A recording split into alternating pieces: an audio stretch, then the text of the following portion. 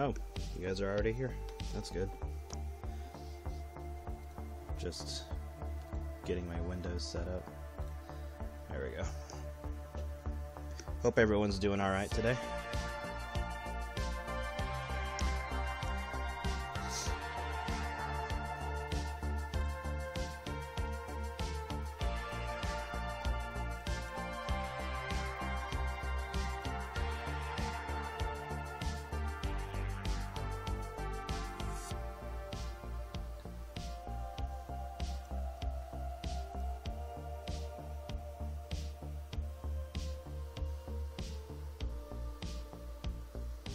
Better check and see if my mic is even on. Okay, it is good.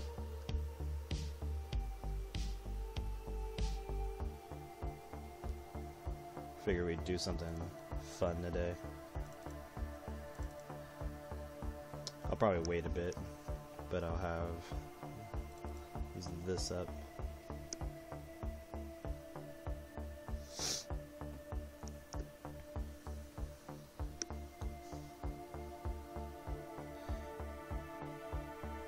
I'll wait a few minutes to see how many people show up. Hey, Alex. In the meantime, I can show you these.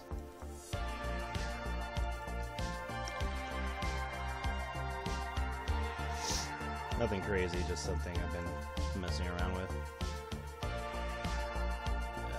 it this way.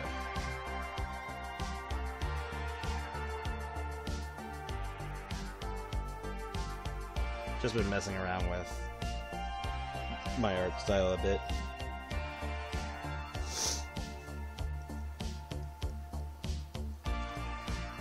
Might use them for different occasions, but the third one is pretty much where I'm aiming at the moment. Might do some tweaks so that way the blue highlight on her isn't so dim.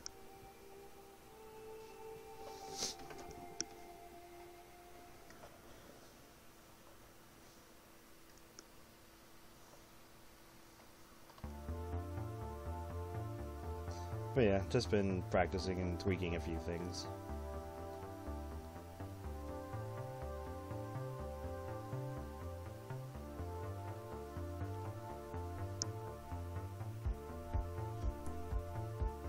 I'll wait like another 2 minutes and then we'll do something.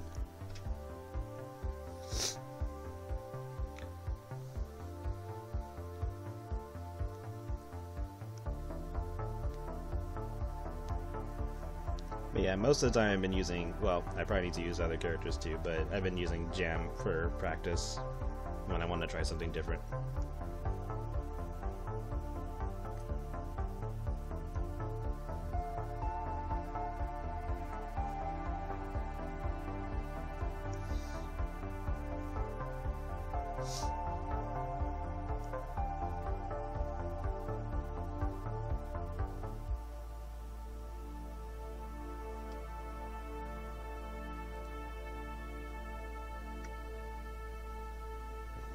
Let's close these.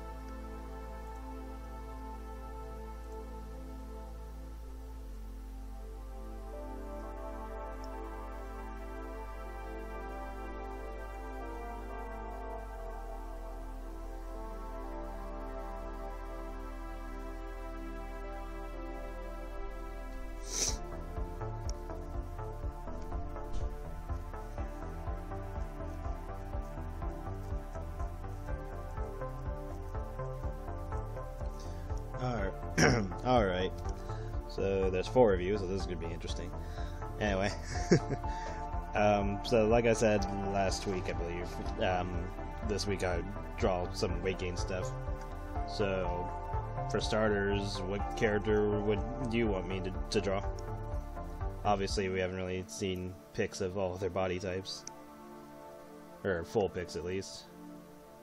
Well, no, because I have them posted on Dropbox. I just haven't made bios for everybody yet. So if there's anybody in particular you'd want to see me draw, just post it and we'll see who gets drawn first, or if I just end up drawing all of them, or the ones that get suggested.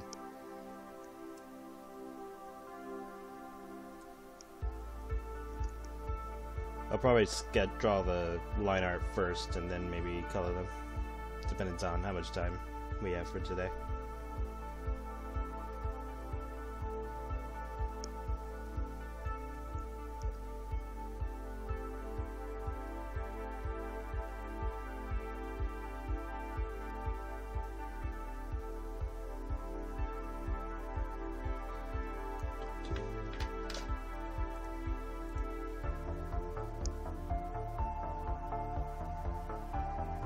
Yeah, it's by White Bat Audio. He allows people to use their music during streams and stuff like that, as long as you credit them when you post the videos and stuff like that. So I've been doing that when I post on YouTube.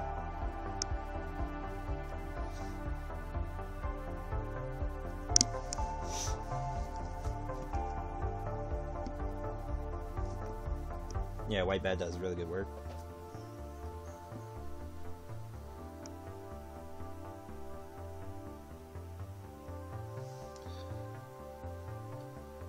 So yeah, any suggestions on any of these characters that you want me to draw fat?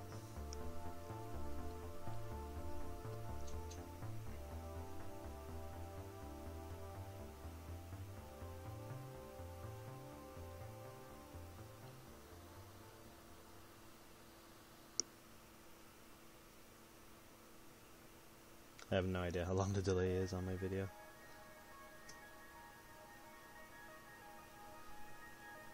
Probably shouldn't be too much of a gap, as far as I'm aware of.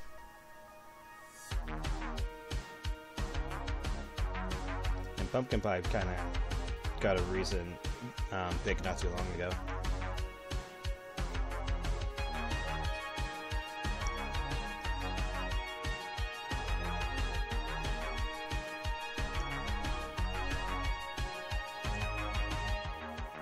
Lemon-Lime. Okay. Anybody else?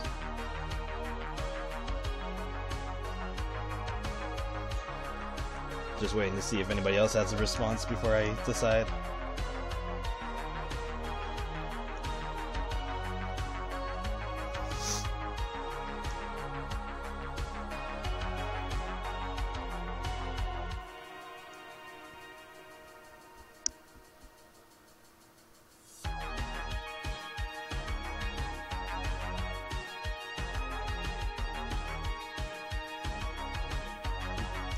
Right. It's like, would her dress still be intact, or would she just ditch it or use it simultaneously?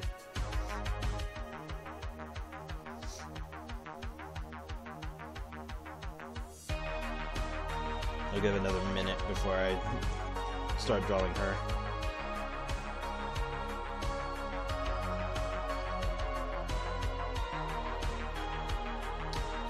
I should probably fill in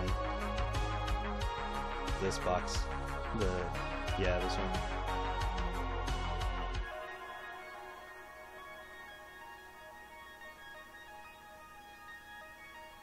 I'll do that later.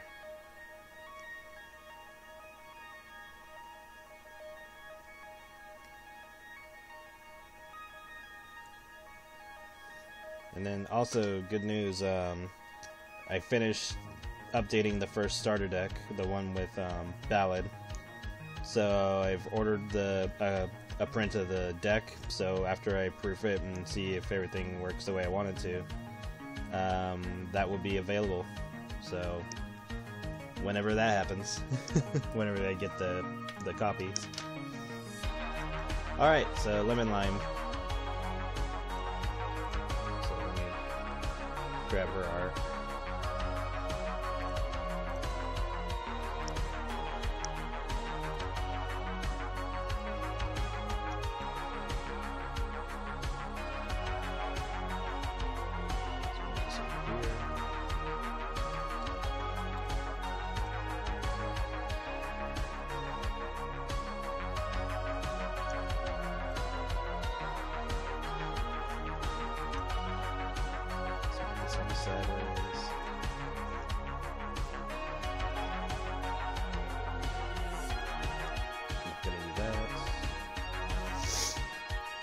Alright.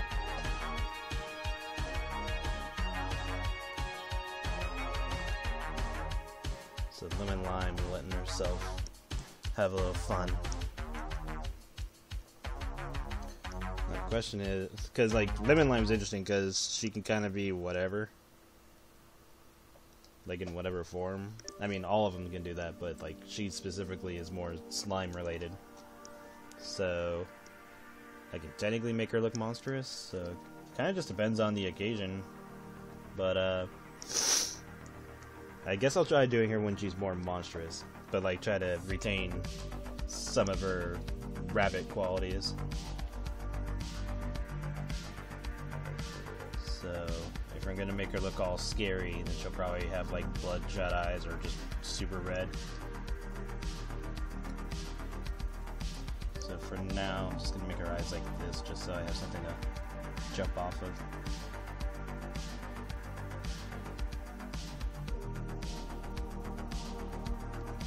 And I'll likely change them after the fact.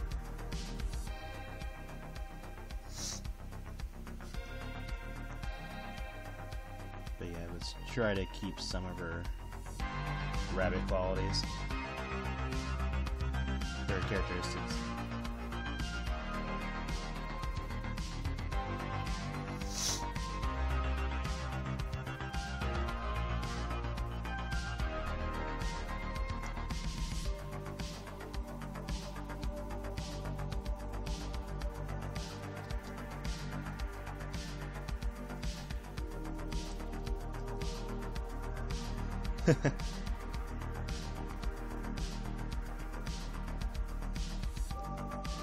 Yeah, there's a storyline that I have planned in the future involving slimes.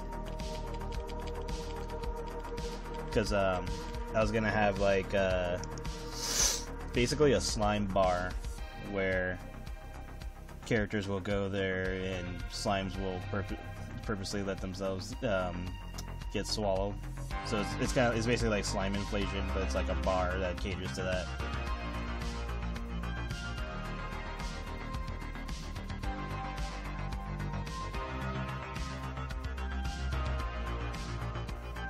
Right now, I'm just kind of feeling it out, and I'll adjust over time.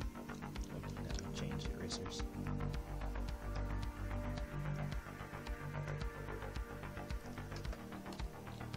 So I had a few characters made for that situation. One of them appears in the Asta cast that has Joanne talking about Vor.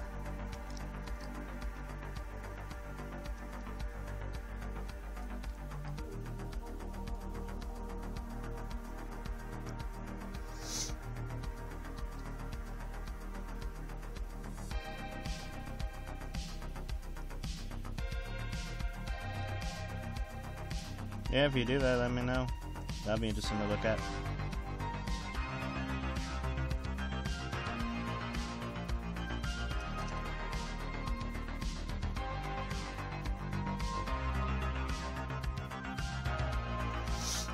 Gotta make it look a little more goopy. Anyway, let's select some of our characteristics. We'll just have like the cheek fuzz, or I mean, she doesn't really have fur, but you know what I mean. Her whiskers, or whatever these are supposed to be for her. just kind of make some of it all distorted, so that way she's not like 100% paying attention to what she looks like. Because realistically, she wouldn't even care. And maybe in like her monstrous form, she just has like her dress just floating inside her. It's just kind of there.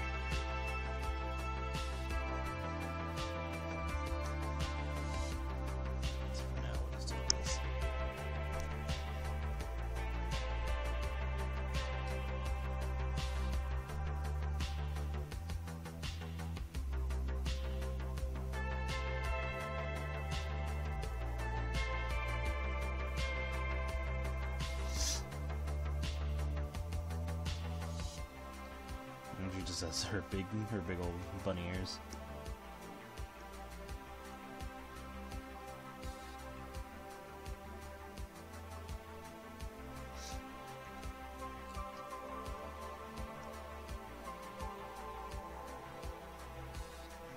Just make it look more goopy and all that.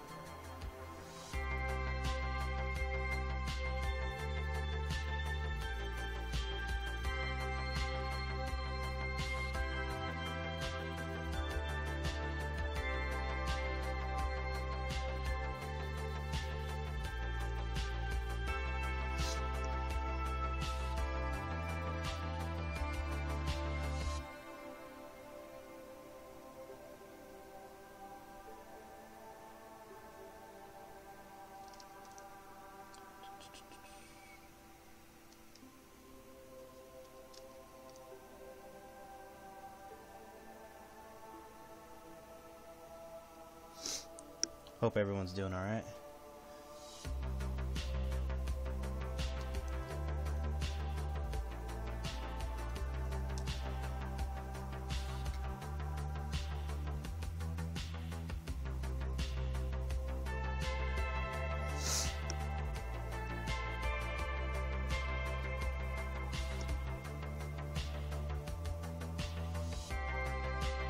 And I'll probably do like another take of Lemon-Lime.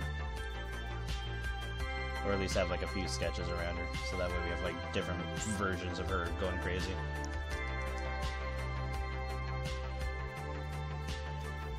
So in that way it's not just this one.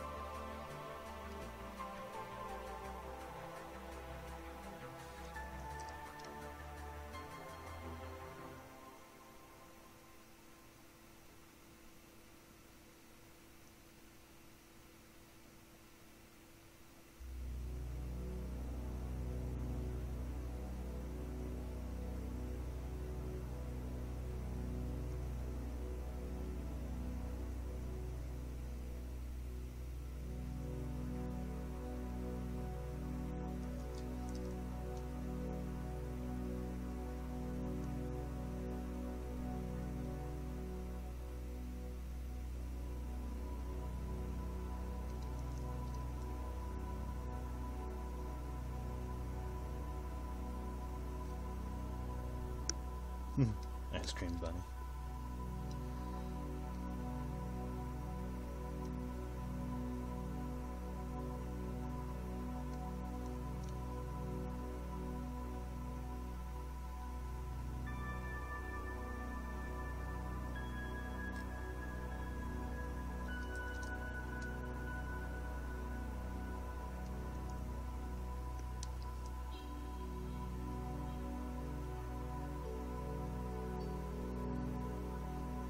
Probably has your little head frills still bobbing around or something.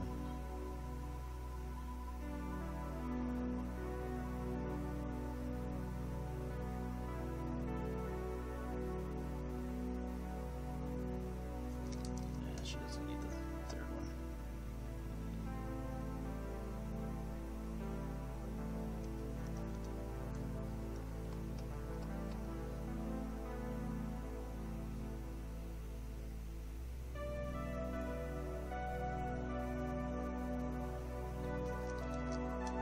think for this version of her, she just looked like just all out crazy. So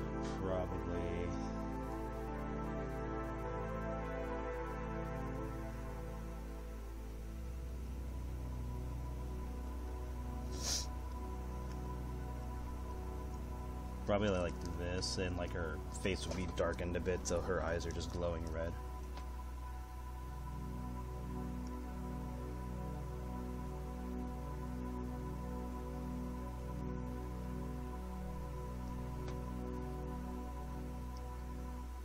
That way she's just like kind of crazy.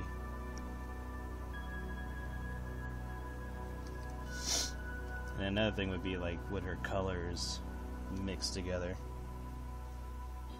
So like let's just say we got rid of some of this. Could use like a color, make her colors mix together, so like a middle ground for both.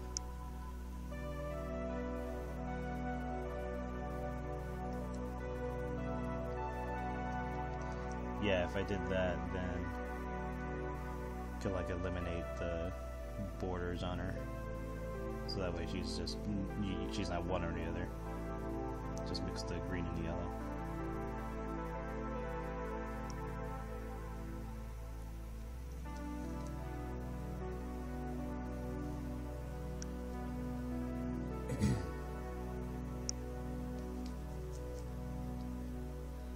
Oh yeah, Salty Pants does really good work.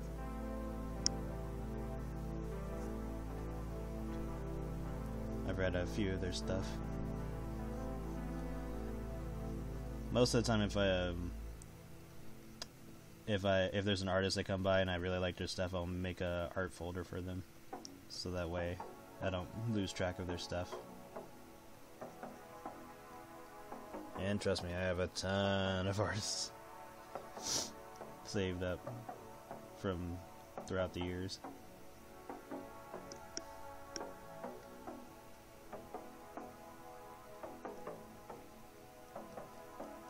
I think I've been collecting favorite artwork from different artists for like 20 so years now.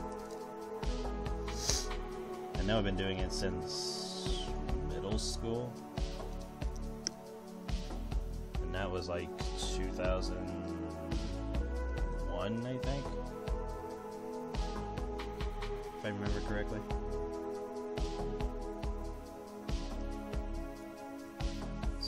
Big old goop arm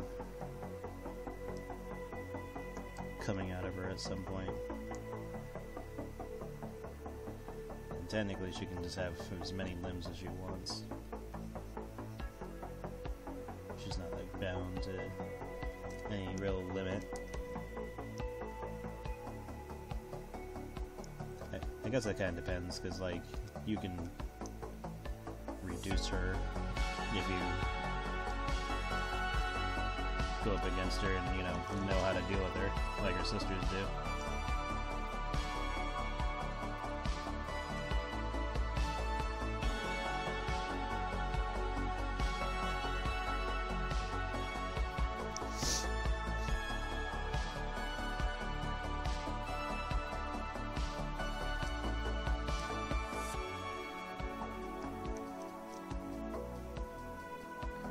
There's a goop going down her side.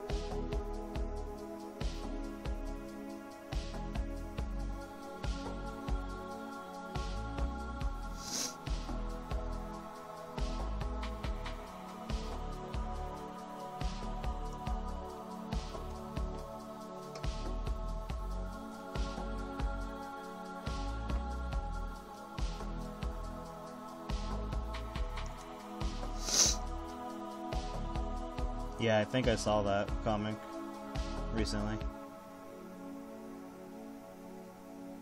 Or at least a page of it. I'll have to refresh myself on it. But yeah, I like their artwork. Like, there are a ton of... And, like, I try to, like, break up the categories of, like, the themes of the artwork and stuff like that, so that way I know where I can find the artist really quickly. Instead of just scrolling down through mountains of files.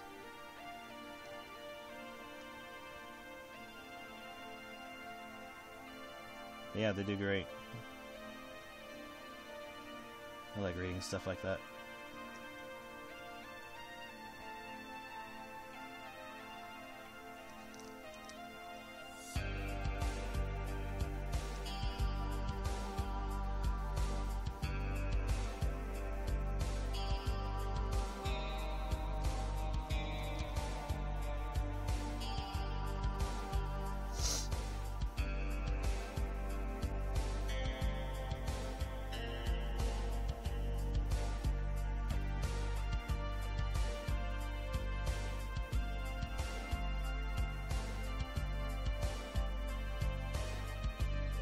Kind of keeping a lot of it condensed because this can really go anyway, or any direction.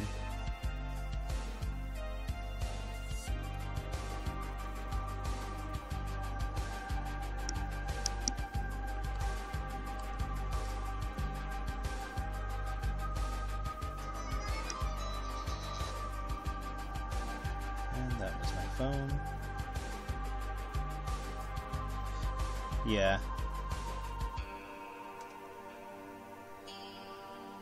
And I'll do, like, other versions of her, like, what if she ate somebody or something like that. Or what if she got all creative and went down someone's throat.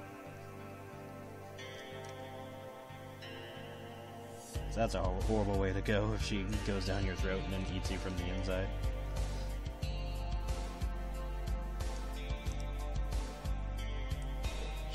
She definitely does not care.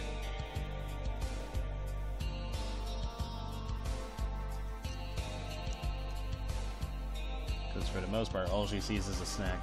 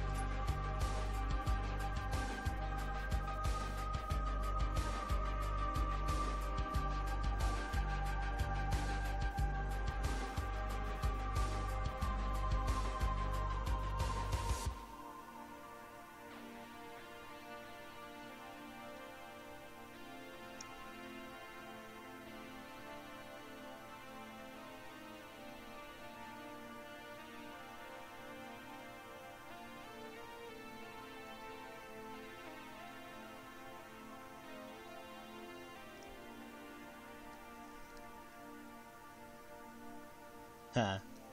I like SWAT Cats. That was a great show.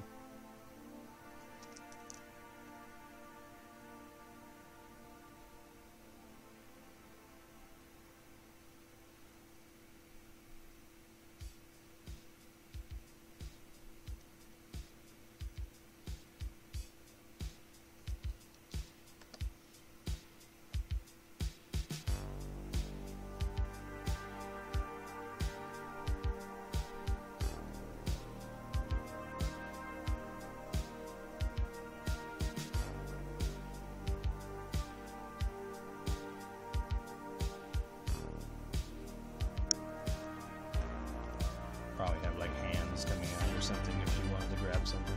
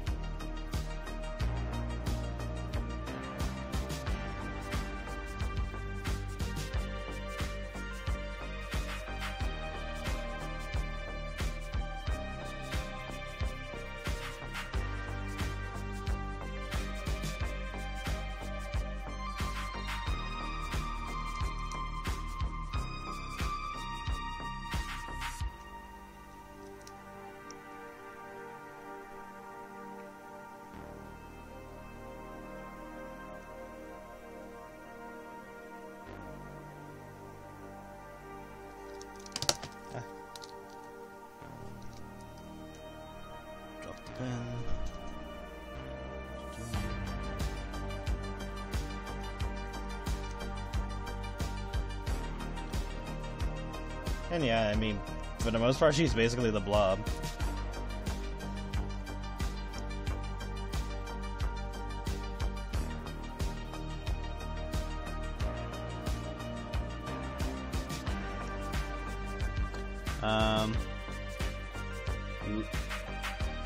I mean, there were several episodes I liked, but the two that come to mind the most are when they go up against their evil twins, and the episode where, episodes where they fight the two criminal couple, where they basically got fatally injured in I think it was an explosion, and like a scientist put their minds into robot bodies.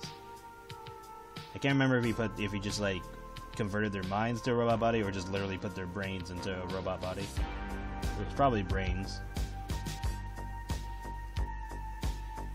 And I believe they showed up twice. Because I know the first time they got beaten and then they were like heads for a while, and I think they got new bodies after that point. And then they were reduced back to heads again. It's been a few years since I last watched it.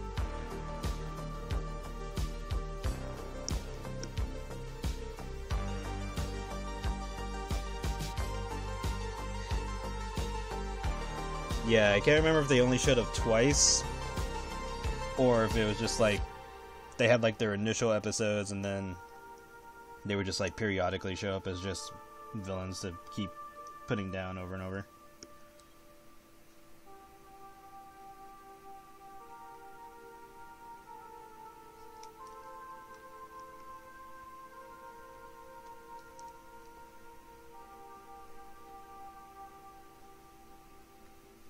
So yeah, she would probably just look like something like this, like just a giant bunny blob thing. And then like, I don't know, maybe her clothing would be floating around in here. Because she doesn't technically have to ruin her clothes. She can if she wants to.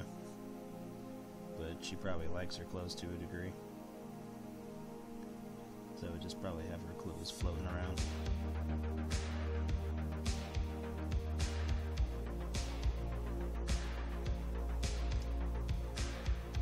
Oh yeah, Callie Briggs, and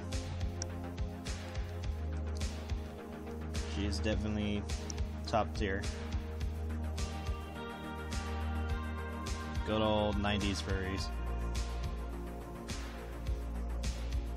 Cannot go wrong with them. And the 80s furries, 80s and 90s were probably like, I wouldn't say peak, but definitely like S tier for a good majority of them.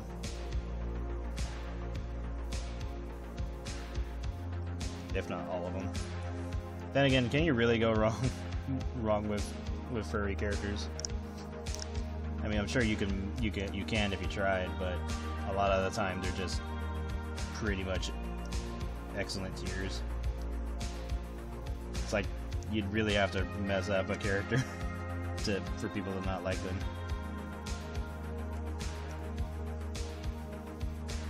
Like, you'd have to go out of your way to mess that up.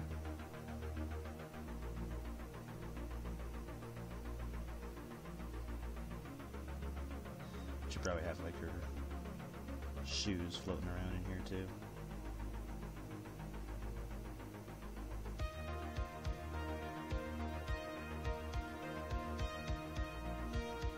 And probably her ribbons.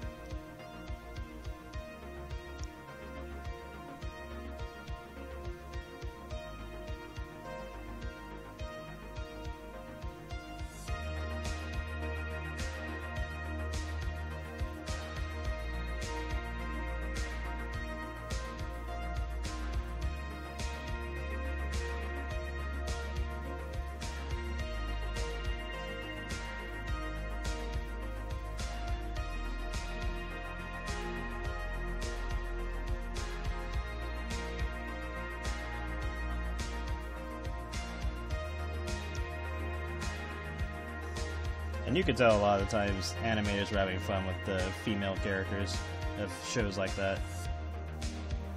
Most of the time they're in risque positions. A lot of the time they were like the intelligent character, or at least like very competent. Obviously they'd be used in damsel in distress moments, but a lot of the time they knew what they were doing and could like get themselves out of bad situations.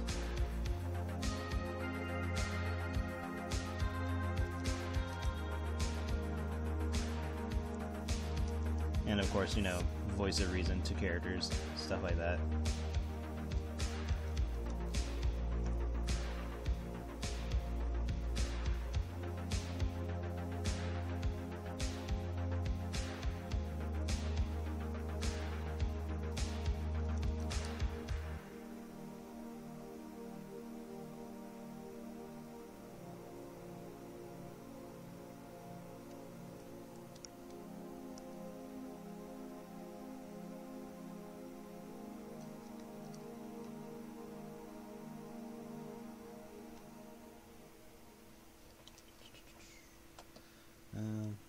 Not too much more to do with this version of her.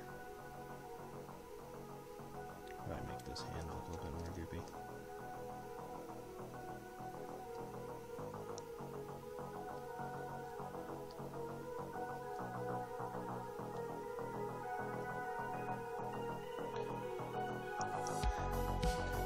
I mean, she could, but her colors would be off.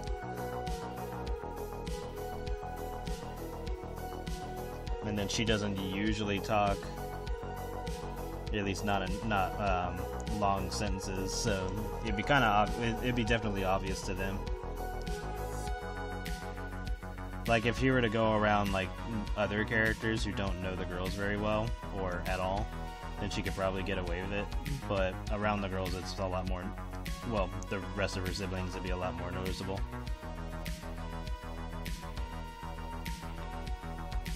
And if they tried, they could probably just look at her aura or soul and just notice it's like, oh, hey, Lemon-Lime. She could maybe fool Apricot. But then again, it could also double back as Apricot just automatically being able to see through the disguise without even trying. Oh yeah, as Bax says, that'd be funny. Like if Jam was trying to scold her, and then she just shapes into Jam just because they're like, meh, meh, meh, meh, meh, meh, meh, meh. You know, the whole sibling thing. Where they just comically repeat what you said. So yeah, she could probably do something like that.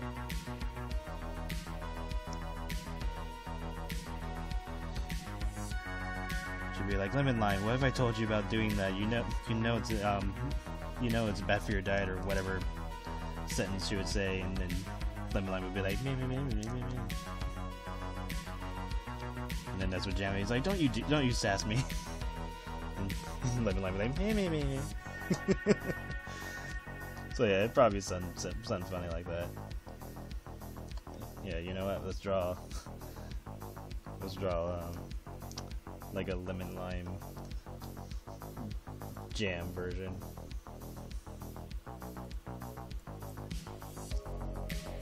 Put that over here.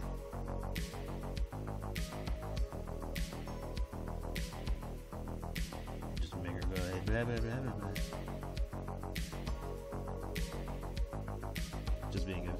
Just being a cocky little shit.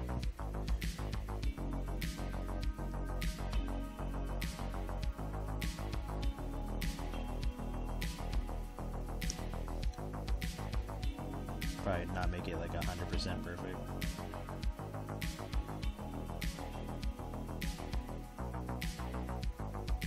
So I'll draw the floor first and make it goofy.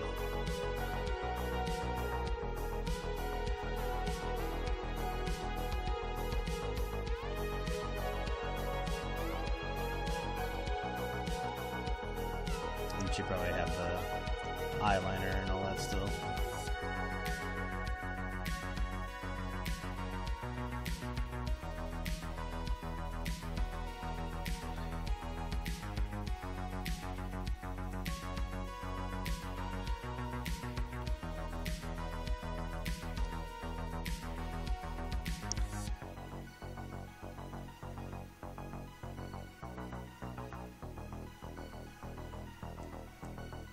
And then it would depend on if Lemon-Lime pays attention to certain details, like the length of Jam's frills or something like that.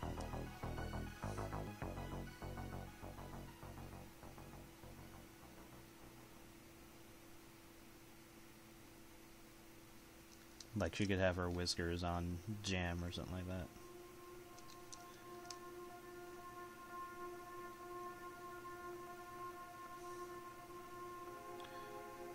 Yeah, like what if she had the whiskers on one side but she didn't for the other?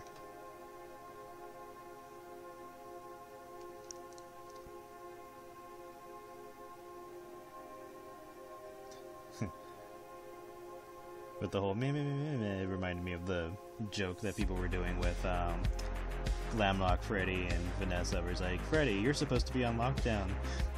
Grady, you're supposed to be on lockdown. Me, me, me, me, me. So yeah, I could totally see Lemon-Lime being a little shit.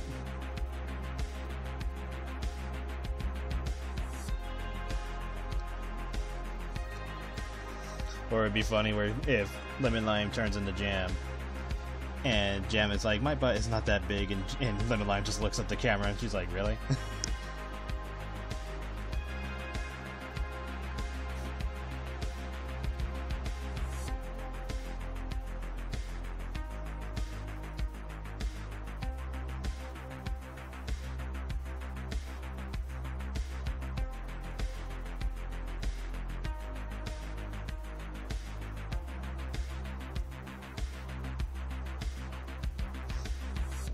Or if she doesn't even do the whole me, me, me, me, me thing, but she just goes like, meh, meh, meh, meh, meh, because she doesn't really talk. So she just makes like raspy noises or something.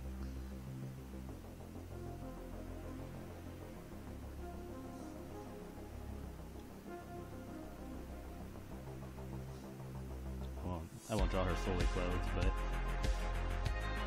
just a basic shape.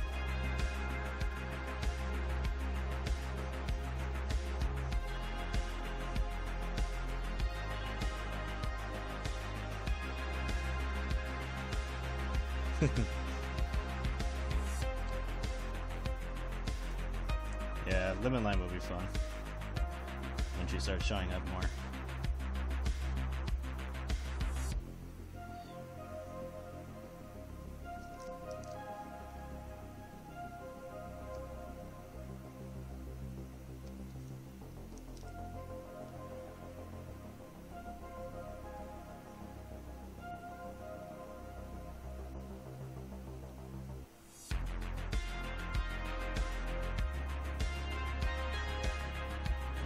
The gesture is like blah, blah, blah, blah, blah.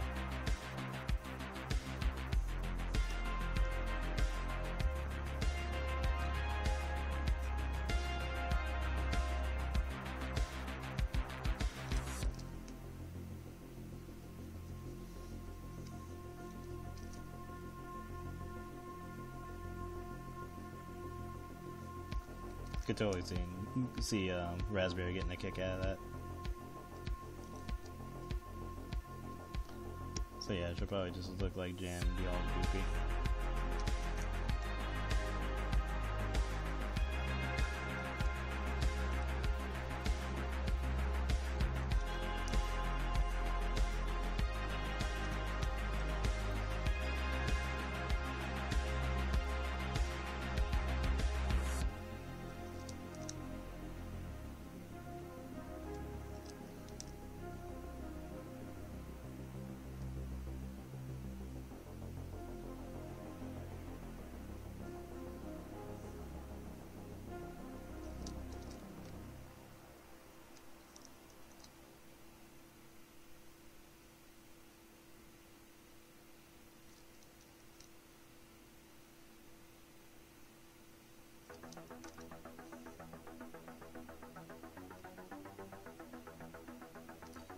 Yeah, it pretty much just boiled down to how much Lemon-Lime cares if she's trying to impersonate someone.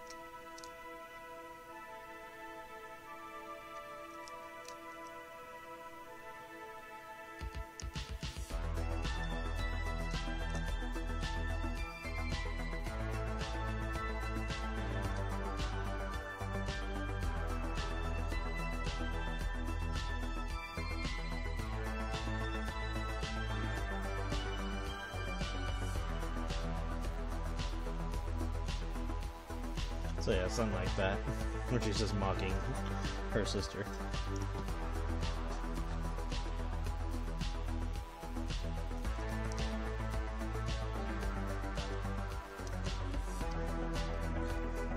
And then, let's see, if she was wearing her outfit and, like, let's just say she ate somebody, she probably looks something like this.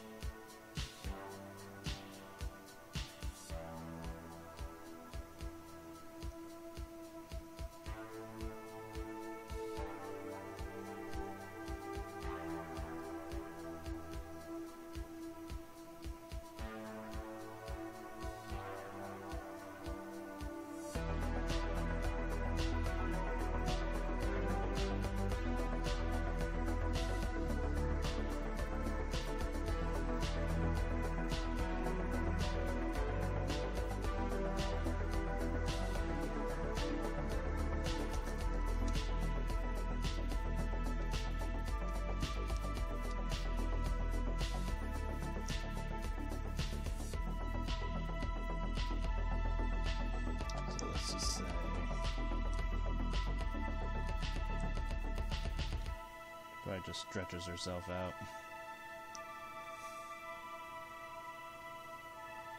And probably put like tight spots in the dress. Especially since it has like a ribbon around it. So like that.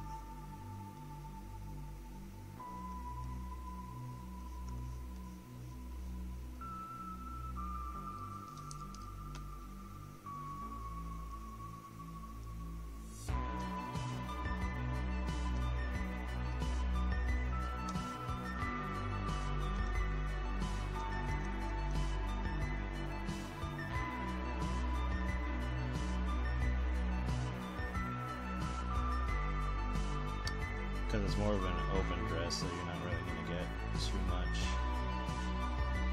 going on unless she just overly expands it. But you definitely would be stretching some buttons. She's got like 4, so...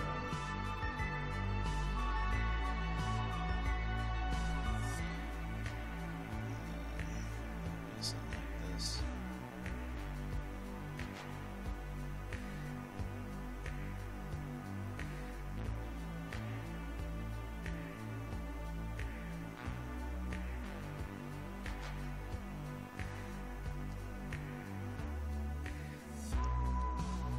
And this is like assuming she even keeps a specific shape.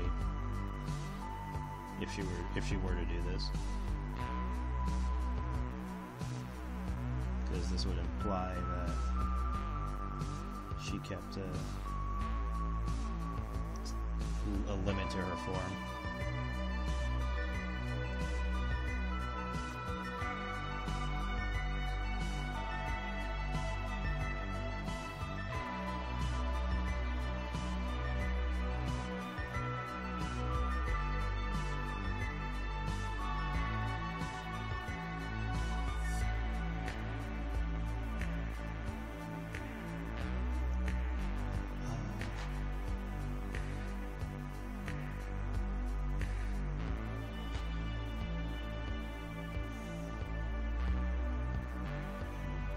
Tie. And then she probably have a bow over here.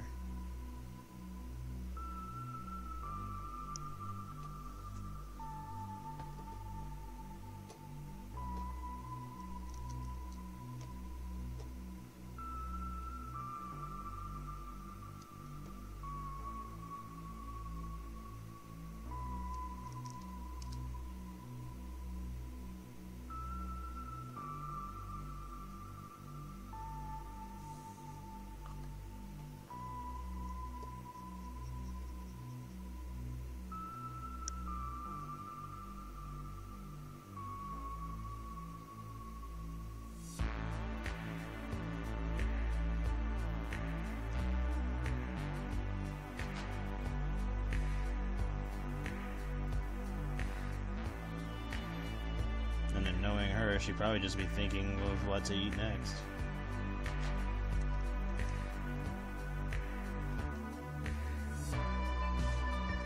Or who to eat next, I should say.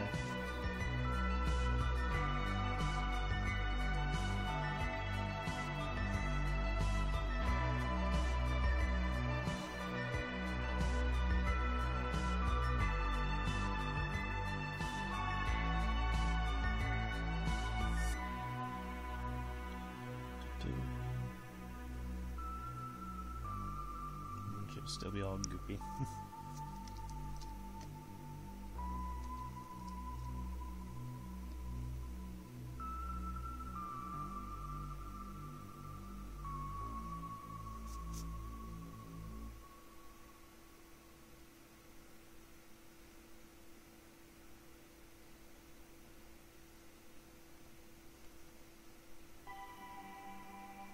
Probably have a rounder face just for the sake of it.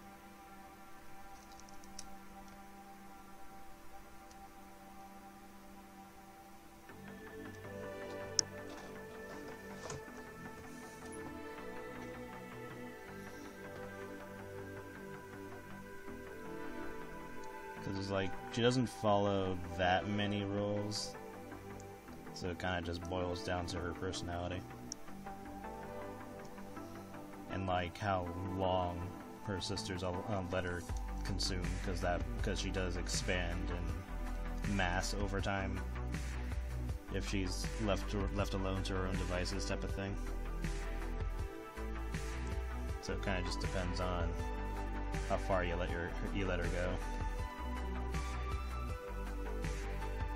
Extend the wrist out a little bit more.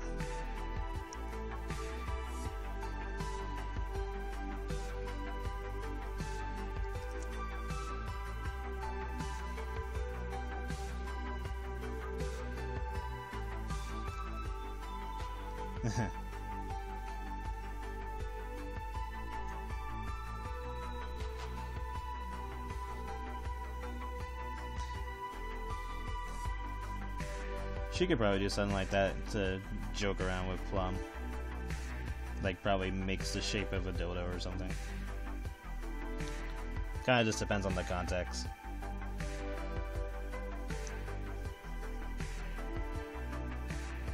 But with Jam, it's really easy to figure out, because Jam is always being bossy and all high and mighty.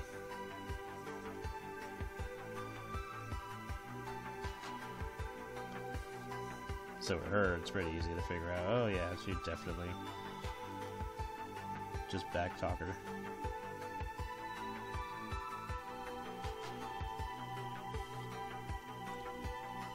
And then again, this is all assuming Lemon-Lime retains a form if she were to put on weight.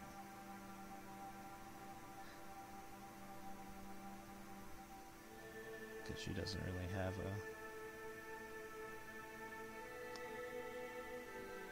a limit to all this. Let's change that.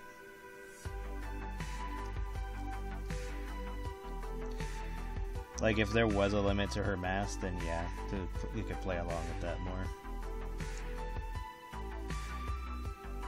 Or like, this could be what she looks like before her body digests someone or something. And then over time, she just gets bigger, like in mass, and then she like looks more blobbish after a while. Like, she stops caring about looking like a anthropomorphic creature. Or a humanoid looking creature, however you want to put it.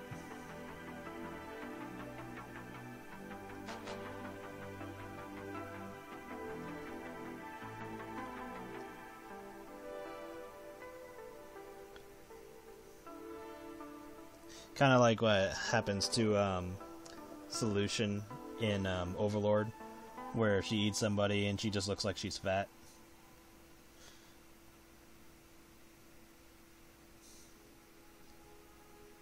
And then after she digests them, she goes back to normal. But for Lemon-Lime, she can actually gain mass for a while. You know, probably like lower back down after some time. but you would have to like stop her from continuously eating.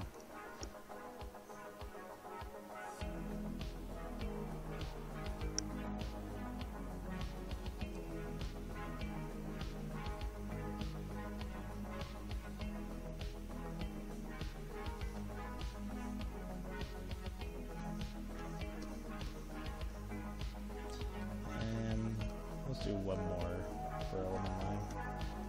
Let's see. Just debating on. Let me just move stuff around.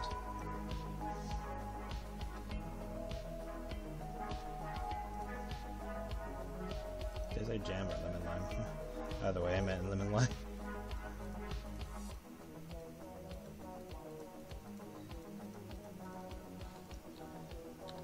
Let's just move her down a bit.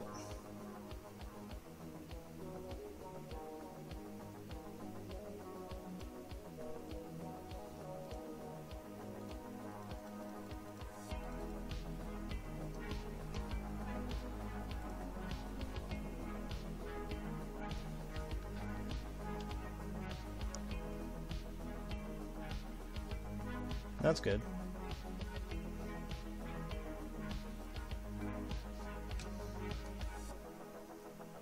Yeah, it's always good to tweak a character over time. Let's see, so if I took like a random character who like is being tortured by Lemon-Lime, it'd probably be something like this. It'd probably just be like the scene from Dragon Ball Z with Super Boo going down the guy's throat and just expanding him until he exploded. Probably like that, except Lemon-Lime wouldn't make him explode.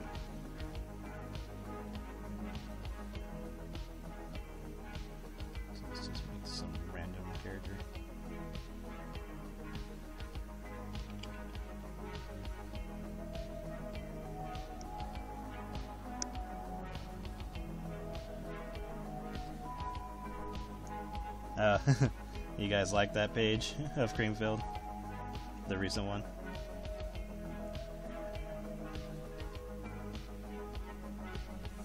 Yeah, the fun part will be figuring out... Well, I mean, I already know what I'm going to do, but the fun part will be showing how Marcy is supposed to attack directly in that state. Because realistically, she wouldn't be doing any of this, so I'm kind of just like making up a scenario of her being in that kind of position to have to attack somebody in that state.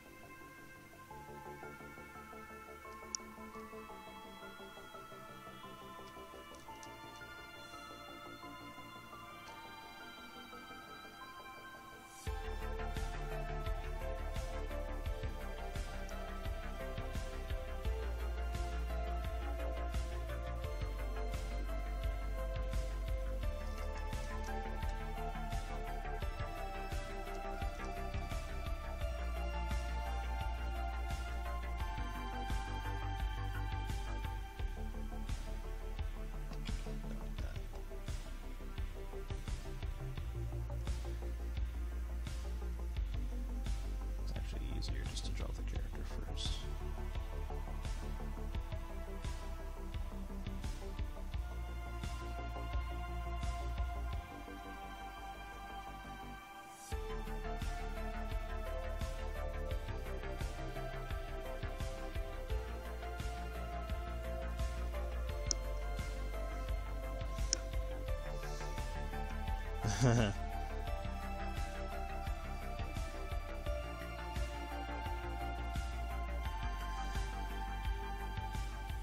Yeah, it mostly fits the idea I have. Mostly just fits the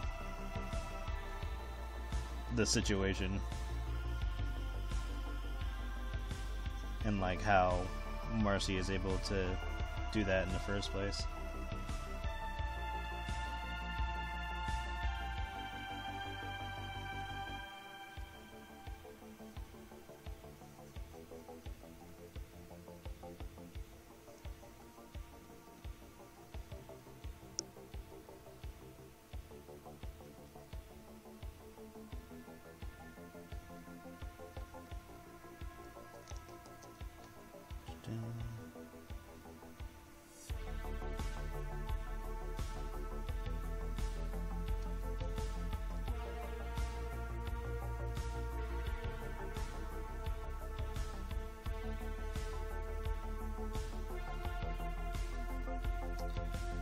But yeah, sorry the cream field has been so long.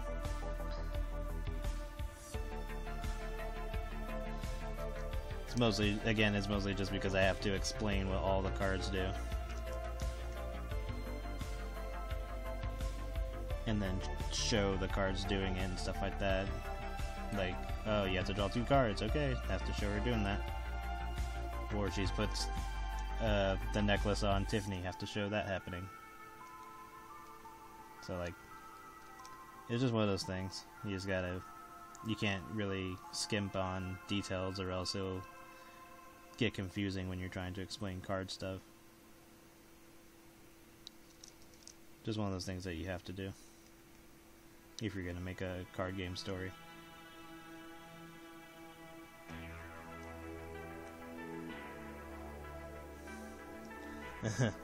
I was thinking about it. If I do... Well, because my first thought was making it for webtoons, but if I do, I have to tone down the risque stuff and some of the violence, because webtoons is weird when it comes to that, because it's like they have a mature tag and mature section and all that, but they won't let you go that far, which kind of defeats the point. Because, like, it's weird because one of their rules is like you can't overly sexualize the characters and stuff like that, like, you know, nudity and stuff like that. But then it's like, well, then what's the point? Is it just there for them to be naked, or like what's the idea here? So it's a weird line that I'll have to skirt on if I decide to add in mature bits, which, knowing me, I probably won't if there's a limit to that, because it's like, you know, defeats the point. Like, I can still make characters sexy and all that, but it's just kind of dumb for them to have that kind of restriction in that kind of section if they're not going to use it to its max. But I get it, they have an image to hold. So, and then and I don't know, I mean, I can always do like side stuff, like obviously, you know, not show the violent stuff in the comic, but then in the actual game it has like mature themes and stuff, and just, you know, allude to that, and make it clear, like, oh no, this is not a kid's game, despite what you might think.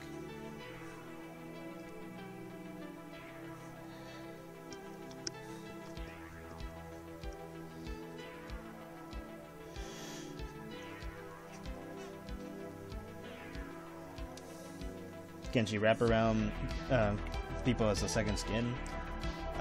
She could.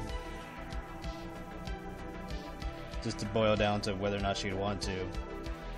And she doesn't have to, and she won't, like, digest anybody until she feels like doing so. So it kind of just depends on Lemon-Lime's intentions. But if she were to try to protect somebody, she probably could. Though it also would depend on her mass, because if she were to, like, spread across a person's body and she doesn't have enough mass, then certain areas would be too thin to really protect anyone. So it kind of depends on how much mass she has, how big is the person she's protecting, you know, stuff like that. What attack is coming at them. So, lots of variables.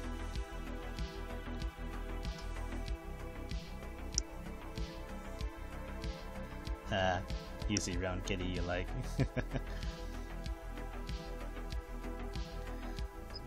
yeah.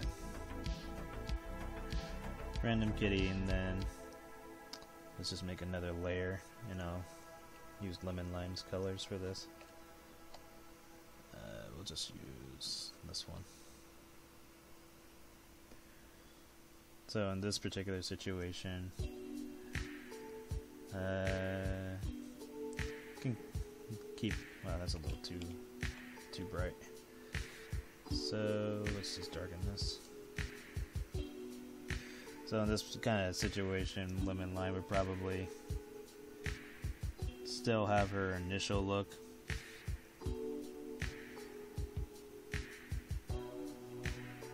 Or actually, she'd probably be glaring at them as she does this.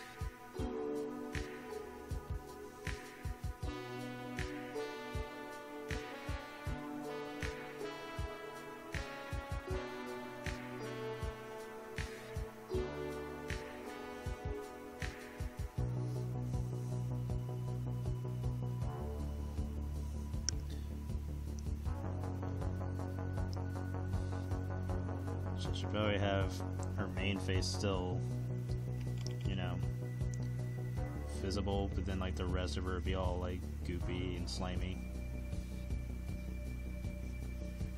It kind of just depends on where she goes, like wrapping around, obviously going in her mouth,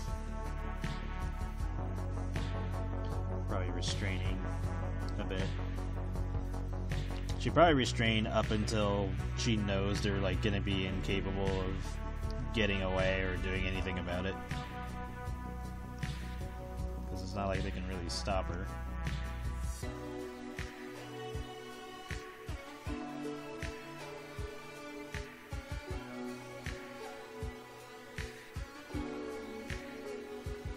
Maybe she'll have like a little grin. Goofy grin when she's doing it.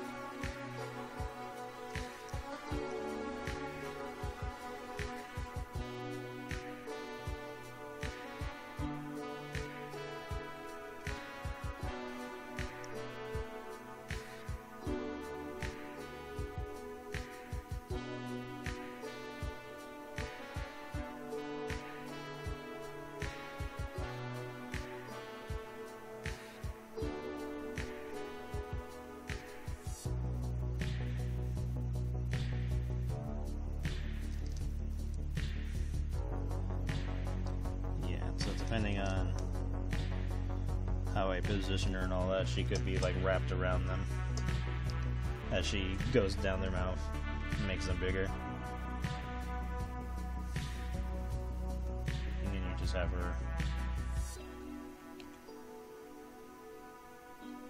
her eyes is glaring at them as she does it.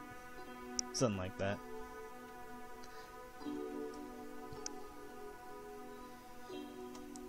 So yeah. Lemon-Lime is a troublemaker, to say the least. So it kind of just depends on the situation with her. Yeah, let's save this out. I'll just put this on the front of my thing. LL sketch.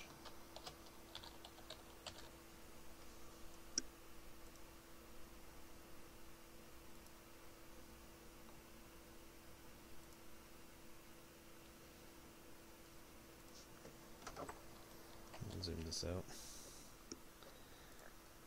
Okay, let's get something else going.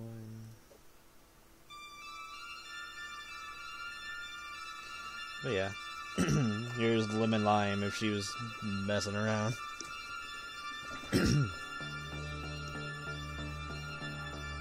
Thank you.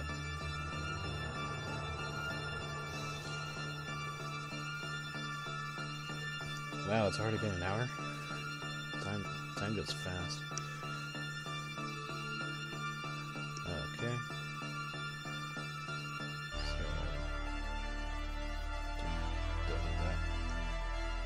So anybody else? I probably have time for one more.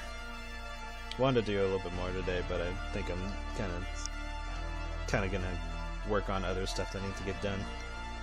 But one more should be good. I should be able to do one more.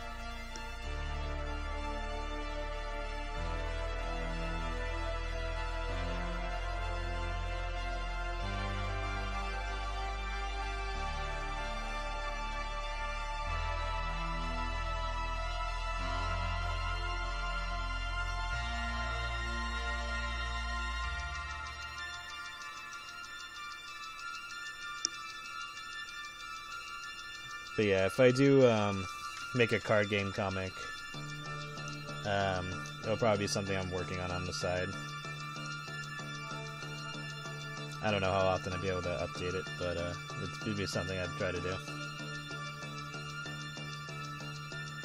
Apple cider?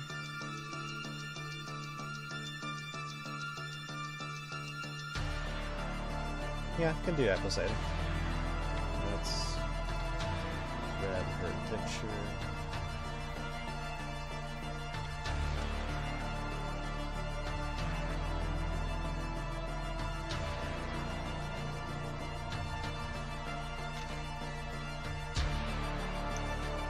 That should be fun.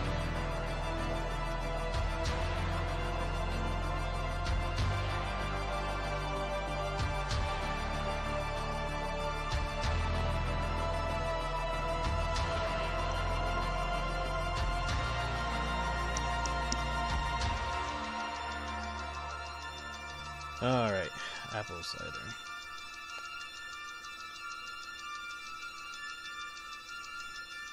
Because a lot of the weight gain stuff is just more of a secondary thing.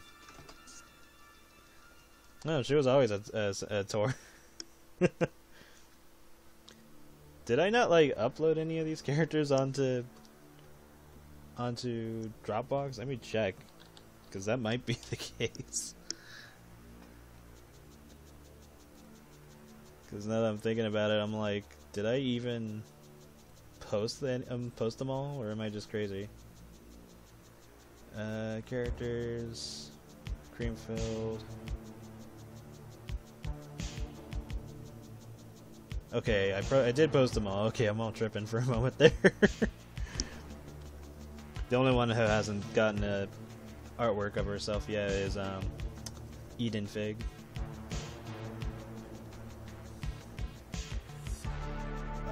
So this is gonna be an interesting situation because of the whole tour thing. I'm just gonna probably draw one picture of her. So let's just draw her after she's indulged some food after a day of pirating. Like she and her mates probably had a big old feast at a bar or something.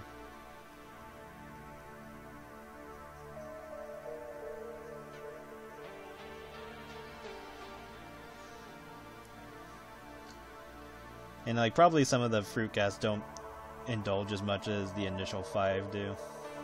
Well, 4 I should say. Maybe Lemon-Lime does more often than others, and then of course you have Pumpkin Pie and Peach. But for a majority of them, they probably don't do that often. But of course, they're in a weight gain series, so it's gonna happen whether they like it or not. And it can even be that they just fall to like the whole fourth wall thing, where it's like, oh, why do I have to do this? It's like it's part of your contract.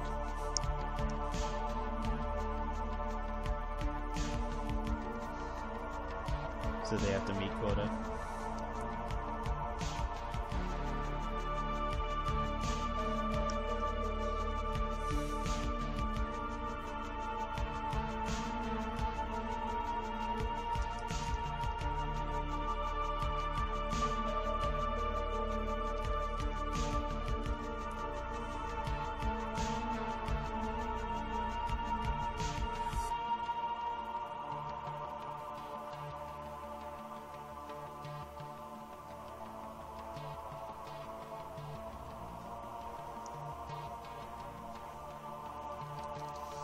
So a fat fox tour.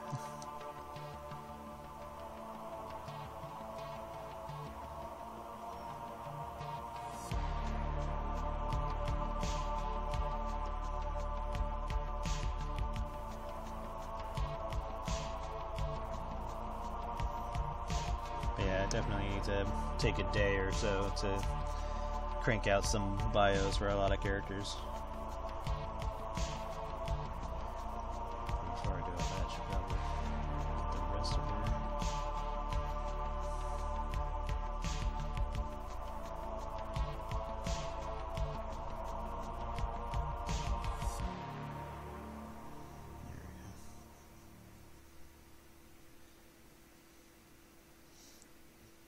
Or she can do the Cartman thing and swallow her own treasure when she thinks she's about to be found out or caught. And she just eats all the treasure.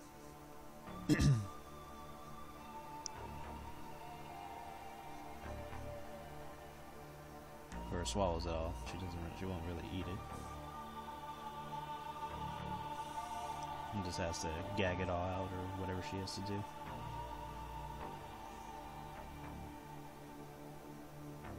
Well, since she has healing powers like her siblings do, she could probably just gut herself if she needed to. She's like, oh, how are we gonna get it out? She's like, I have a fast way. And just takes her sword and just guts herself.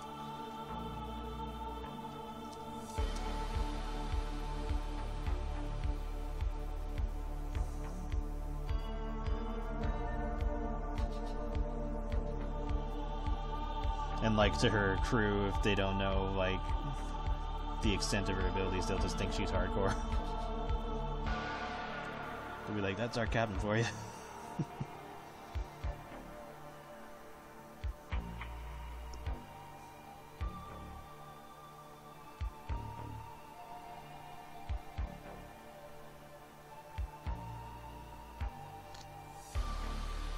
Oh yeah, I think it was because I was thinking about making a horse character, but because like when I first made or thought of making Apple Cider, she was just initially going to be a fox, but then I also wanted a horse character, and so I just put them together. So that's how that happens with her. And like I can always make other horse characters. Like I have another one for I had planned out later in the future. She'll be interesting. But yeah, this just happens with me. It's like I want this, but I thought of her as this for the longest time, but I'm gonna do it this way. It might have been because I had made banana. Let's see. Yeah, because originally it was gonna be apple cider, banana, and pineapple as part of a pirate crew. And I figured if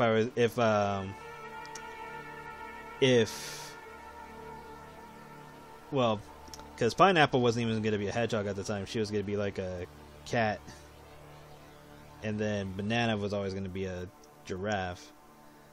But but I figured that, you know, apple cider was going to be a fox, and then I wanted a horse character, but then I also thought that, you know, because I had banana, having a horse would be a bit redundant. And so then I just got the idea, oh, well, what if I just made her a centaur? God's will be done.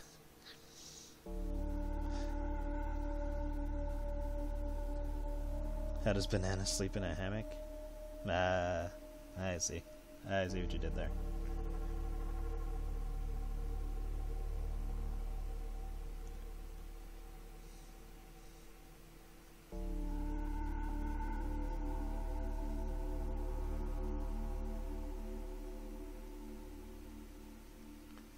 So we'll just do round out her face for now.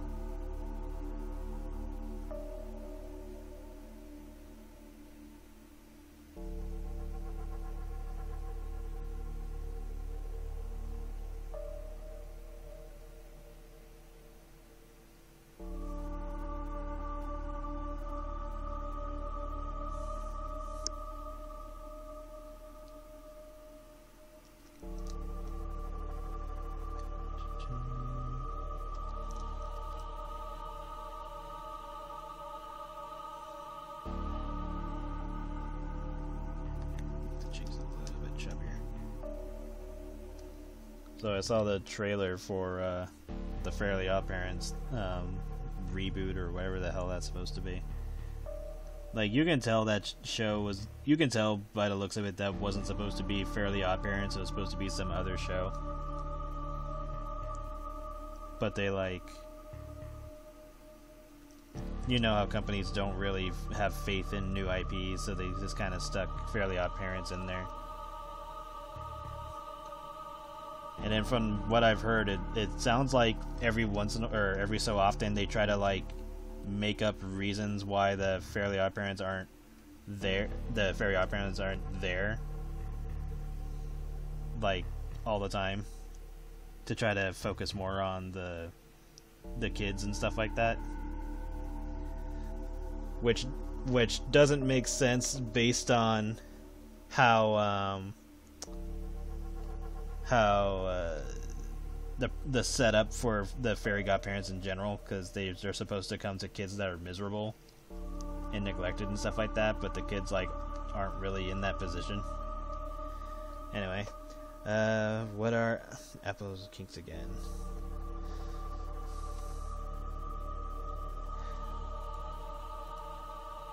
Grab their voices just to be sure.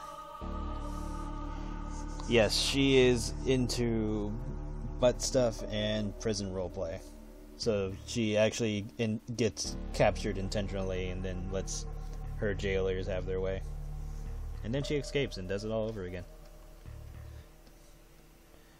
She gets along very well with Plum.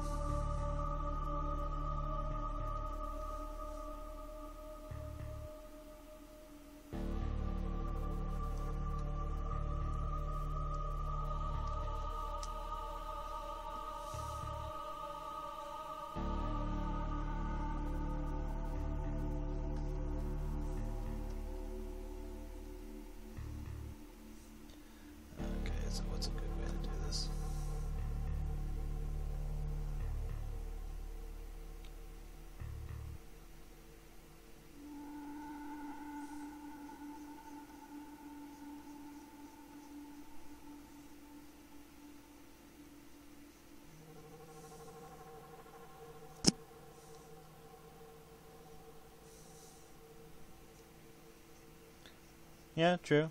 Plum's got a huge dick. But so does Dragon Fruit. But Dragon Fruit would think it's too weird or something, so Plum would be the ideal choice.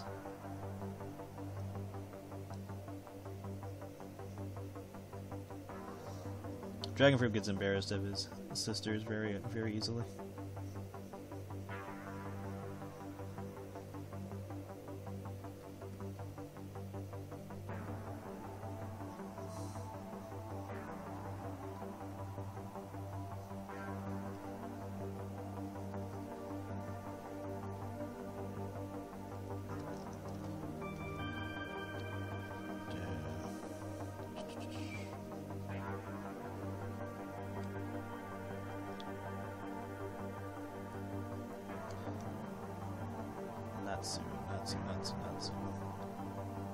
I know that name should be ringing a bell. For some reason I'm blanking out.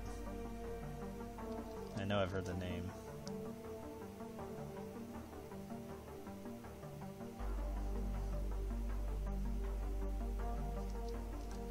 Then again, there could be multiple characters named that, so it depends on. Fairy Tail. I have not watched Fairy Tail. I've seen, like, maybe 2 scenes of it that didn't even have to do with Natsu. So, and I'm aware of who he is. I just never watched the series. I heard it was good, though.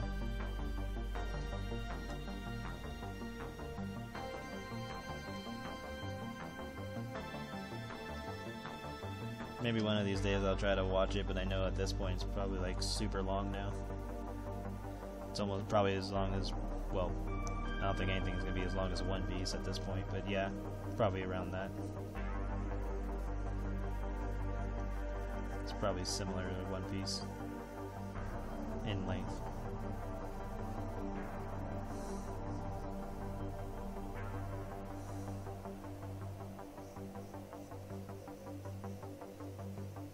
One Piece is like a show for me that I kind of just jump in and out.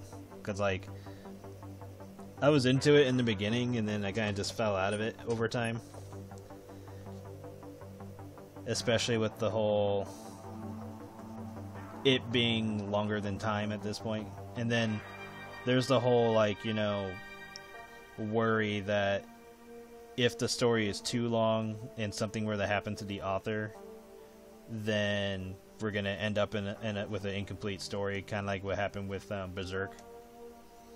How the creator of that passed away, and like they weren't even like, I think they were either not even at the first main villain, or had only finished one main villain or something like that, and there were still like several, and so the crew or the other people behind Berserk, they kind of just, they can only go off of either old notes, or they're just gonna have to make up like their own ending for the series. And at that point, you're not even getting the original creator's intent. Any series that I avoid or dislike? I don't know. It kind of depends. Depends on what it is, because I can't really think of any of them off the top of my head, because I never really think about it. Yeah, it kind of just depends on what it is. And then sometimes it depends on the context, too, because, like,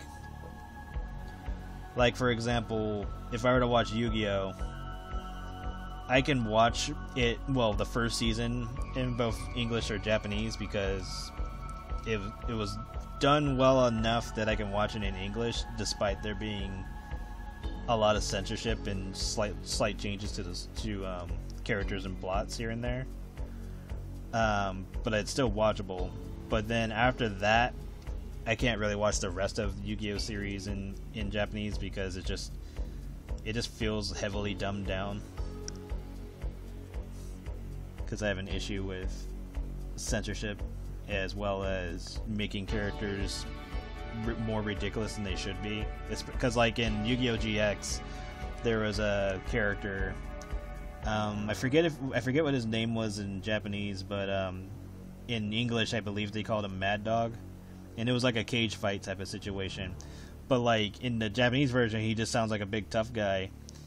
But in the English version, they gave him this high-pitched voice to try to make him sound like he's, you know, like the whole Chinese stereotype where it's a high squeaky voice, but he's a big buff guy thing. And it was just super annoying. And I don't know why they thought that was a good idea. But then again, it's 4 kids, so they don't make the best decisions.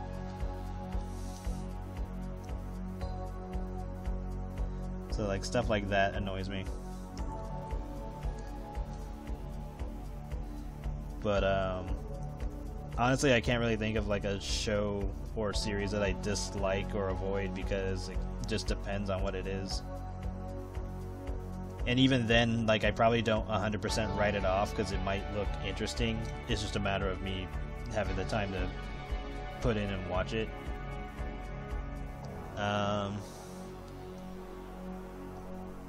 But sometimes it could be like the writing or portrayal of characters that make me somewhat avoid it.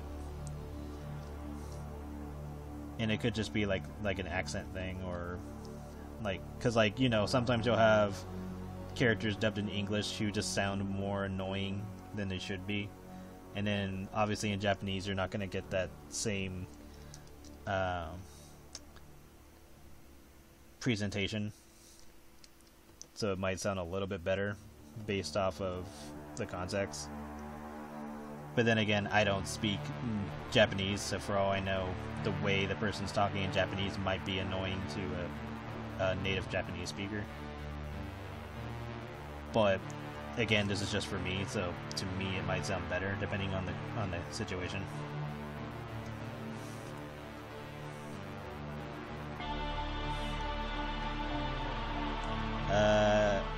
I guess if I had to take a wild guess, probably I'm gonna say, like, hypothetically it could be like a version of Sonic the Hedgehog. So like Sonic Underground, I'm just kind of like whatever to that one, because honestly, like, I just feel nothing from, and it's probably because when I was growing up, Sonic Underground was coincidentally the one series, it was the one series that I didn't watch as a kid. One, because I didn't even know it existed until later, and then two, I just wasn't in the position to watch it at the time.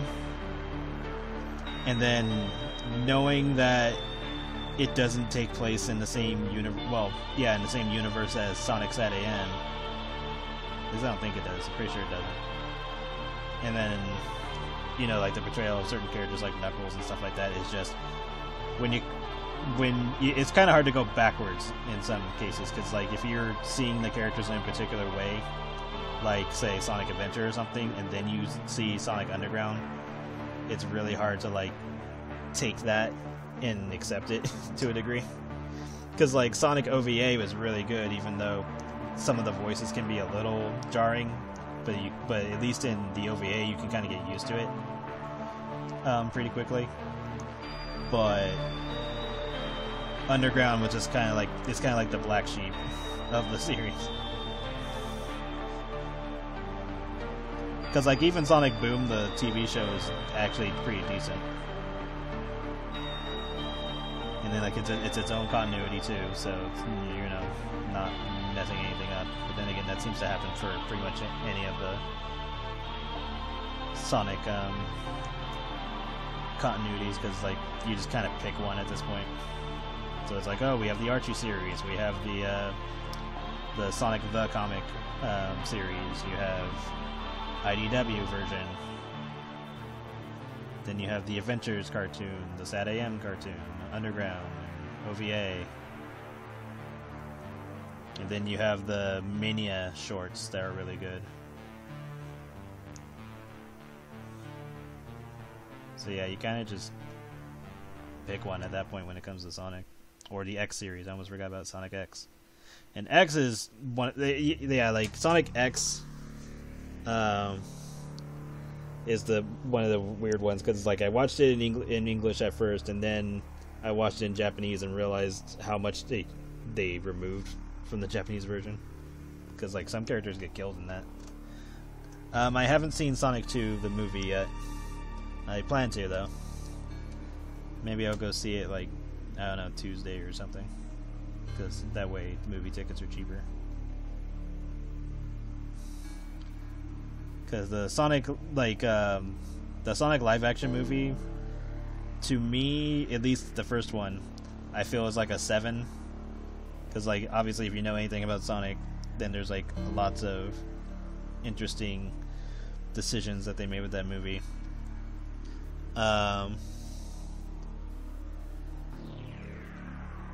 Who gets killed?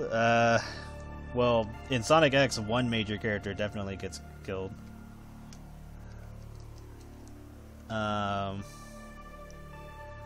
Some background characters get killed or tortured to a degree. Or just, you know, a fate worse than death situation. But there's at least one major character that dies in Sonic X. And the sad part is, in the English version, they kind of like removed a lot of the emotion that was tied with it. Because, you know, they made it a kid's show, or dumped it down for kids. And, you know, it was produced by 4 kids, so that explains a lot. But yeah, in Sonic X, there was definitely death going on. There was death in the Archie comics too.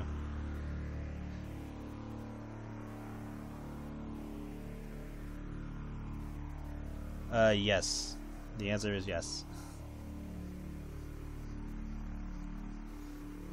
And like, if you watch the comparison, because like I showed this to Nano, because I showed her the Japanese version first of what happens in that scene, and how there was so much focus on Tails, and then I show her the English version, and they barely give Tails like his moment. Like, they still had him do what he had to do, but they took away all the emotion, so that you didn't even get to see him, like, process it and, you know, really deal with it. He didn't get to have his, like,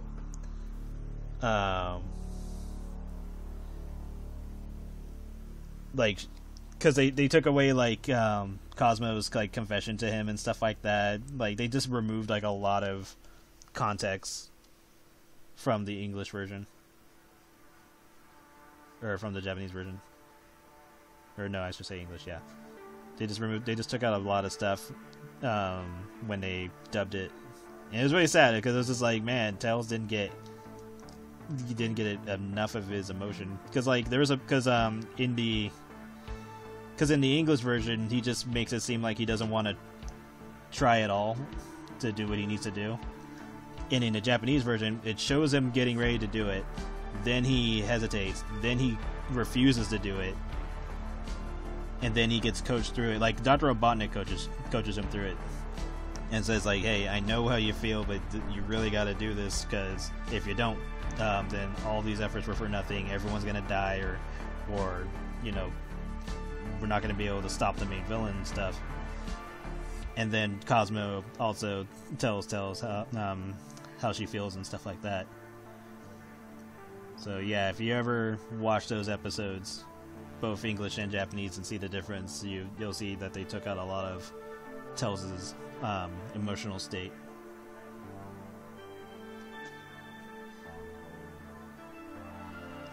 And then there's like another character who gets killed off, who finds out that her own, like, because she was basically in the middle of a war with, like, the main villain, and she finds out that her own teammates were trying to kill her, so that way they didn't have to fight in the war anymore. And so, as a last statement, she goes to fight the main villain all on her own, and she basically gets wiped out. In the English version, they re-edit the scene to make it look like they told her not to fight anymore, and that, you know, leave it to Shadow to deal with it or something like that. And so they make it look like she turns around and leaves in tears, because they didn't want to show her getting killed. So that like literally changes the whole scene.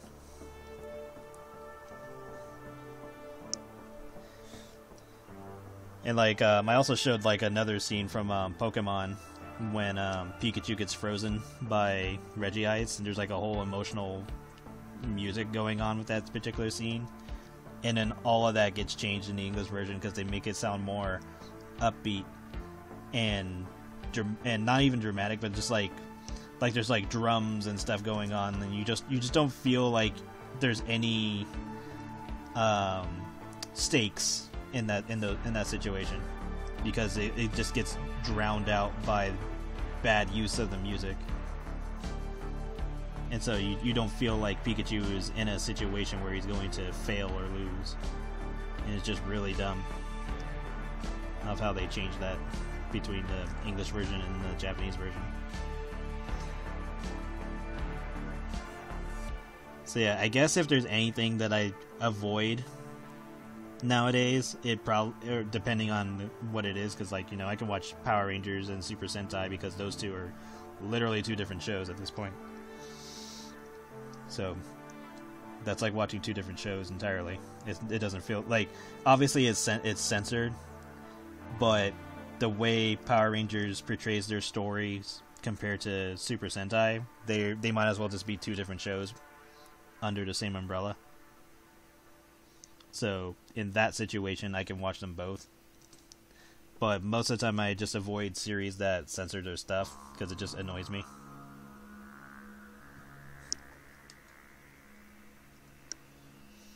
But yeah, with the live-action movies, I feel that, you know, if you know anything about Sonic, then the movies are like a 7. Like, we really don't need the human characters, at least judging from the first movie, because I haven't seen the second one yet. But from the first movie, I just felt like a lot of the human characters were just completely unnecessary. Because, like, they could have just made a full CG movie of Sonic characters, and that would have been 100 times better. Because, like, even the made-up character, Longclaw, I liked her design. I thought she was interesting. I would have loved to learn more about her.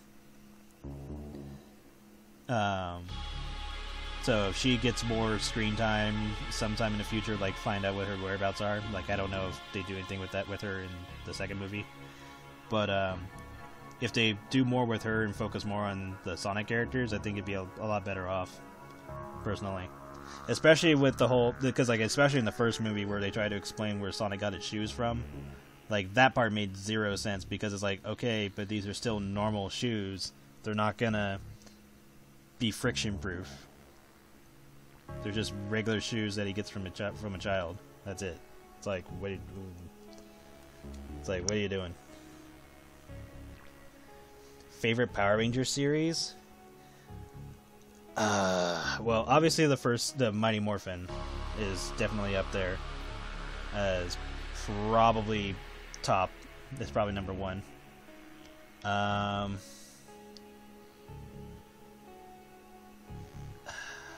Because Mighty Morphin kind of bleeds into several seasons. Because it goes all the way up to, I think, Turbo. And then I guess technically Dino Thunder. Yeah, I probably have to say Mighty Morphin is probably the best one. It might be nostalgia, but it's definitely up there. Dino Thunder was good.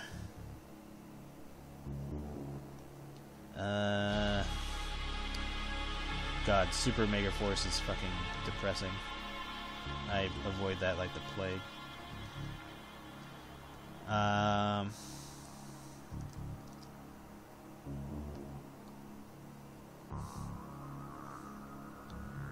Because Super Sentai has several good series. Time Force, Time Force was alright.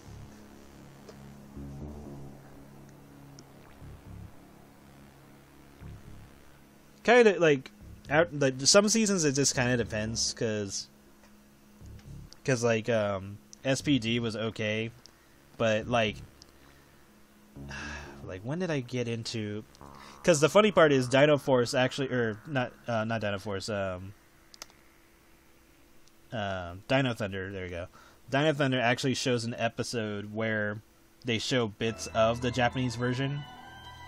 And the whole context behind that was that the Rangers thinking, oh, they made a TV show of us in Japan, and they show you Aba Ranger, which is their counterpart, and it's kind of funny seeing that, because when I first saw that episode, this was before I started watching stuff in Japanese. When I first saw Dino Thunder and they showed that episode, I thought they were just like, joking around and made it goofy by making it a Japanese spinoff type of thing.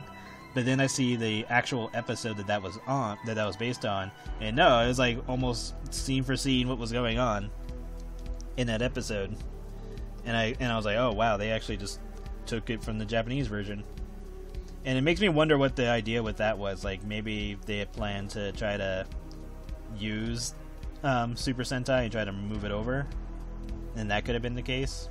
But I mean, nowadays you can just watch a lot of the seasons of Super Sentai with subtitles now that they sell the seasons on DVD.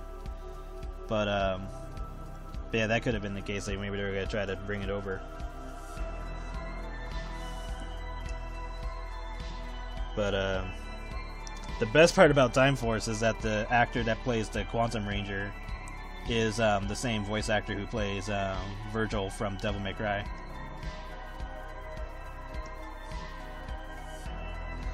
And then David Hayter, who plays Solid Snake from Metal Gear, he played as Sean from Guyver. And Guyver is like a tokusatsu / Super Sentai Kamen Rider-esque series as well. So that was always a fun little bit of information to learn. And then the actor that plays Dante from Devil May Cry, he, as far as I'm aware, he's been a background character or stunt person, I think, one of the two, for Super Sentai. So he's been in. So all of the Devil May Cry actors have been in Power Rangers, because like the actor that plays Nero, he was Adam from Mighty Morphin. So he was the Black Ranger. So that was always fun knowledge when it comes to Super Sentai / Power Rangers, because it's like, oh yeah, all these actors did all this.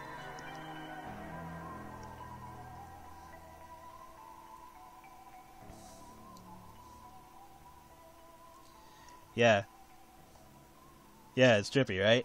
When you learn that. So technically, when they made the Power Rangers fighting game, we almost have all the actors who've been in there, or all the Devil May Cry actors. We're only missing Dante's actor because he hasn't played as a main Power Ranger or Sentai. Though the voice actor who played Seto Kaiba in the Japanese Yu-Gi-Oh!, he has played several Kamen Rider villains, and then recently he's now Kamen Rider Veil, so he finally gets an actual writer to play as. So that's happened. So the more you know.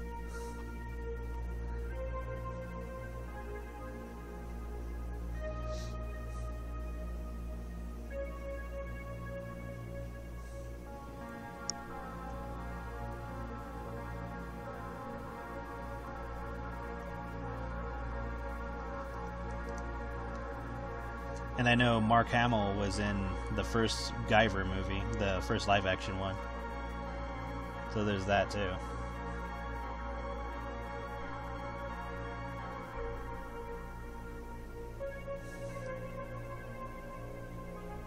Although the first Guyver live-action was kind of like weird, because it was more trying to be hip and stuff like that. And not kiddie, but just like... I think it was 90s, like either 80s or 90s type of style, where it's trying to be all rapish and stuff with some of the villains. Like they're all like, some villains are goofy. But the second Guyver movie is freaking awesome. Like that movie is great.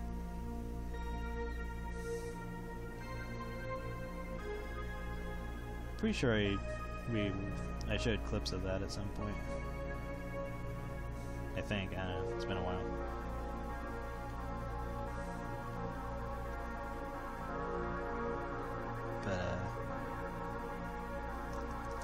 But yeah, it's always interesting to find out who's done what for Kamen Rider and Super Sentai.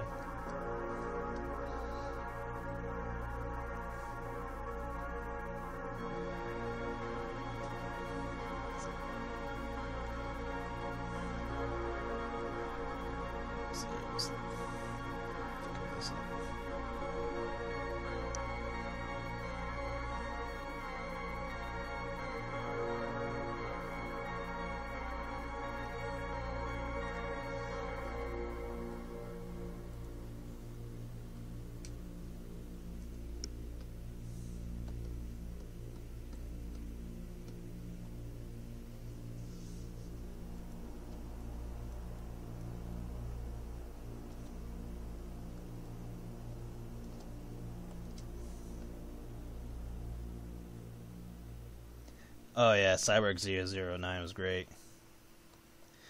The person who made Cyborg 009 made Kamen Rider. That's why Kamen Rider has a scarf, because 009 did, or I'm not sure if 009 came before Kamen Rider or not, but either way they both have scarves, like the main character, well, all the characters in 009 do. But yeah, that's the reason why they have scarves and all that. But yeah, he made 009, he's made a F-ton of series, actually. But yeah, he made Kamen Rider, and the reason why Kamen Rider was a thing was because of Skullman, and the reason why Skullman was a thing was because of Spider-Man.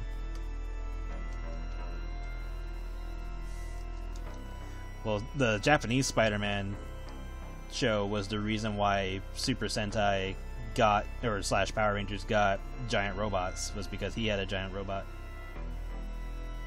And everybody liked the giant robot so much that they said, oh, let's put this in Sentai, and so they did.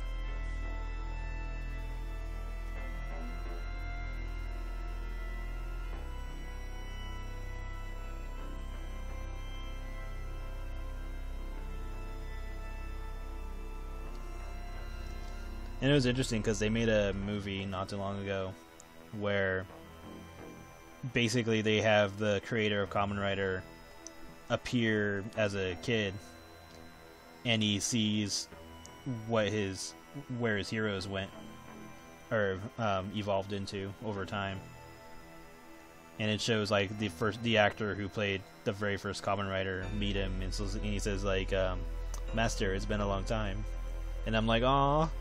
That's how I feel about my characters if I ever met my own characters, because like to the first Kamen Rider, you know, his creator was, you know, passed away because, you know, just time, and the creator's younger self is like, "Oh, you're the my first hero," and then he sees like the current Kamen Rider. He's like, "Oh, you must be a character that appears after my passing," and it's like the whole acknowledgement where all the characters realize that they're fiction, and that their creator is like, you know, the source of all the experiences and dreams and stuff like that, and, you know, the ideas of making a superhero. And so it was an interesting interesting movie, and I liked the idea of that. And it just kind of made me think of, you know, what would happen if somehow I met any of my characters. It's like, oh, I wonder what my interactions would be. I'd probably get an earful from Becky, but then, you know, at the same time, probably some heartwarming moment or something. I don't know, it'd be interesting to have that interaction. Probably end really fun. Okay, let's give you some thick legs just for the hell of it. Can worry about placement another time when I actually use a fat version of you for the comic. I'll probably base it off of that fat horse from Looney Tunes, from the opera episode.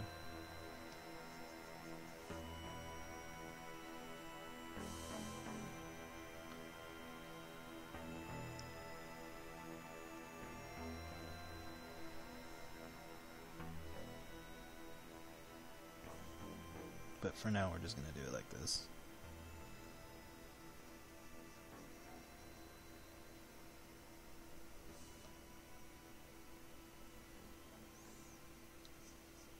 Too curved on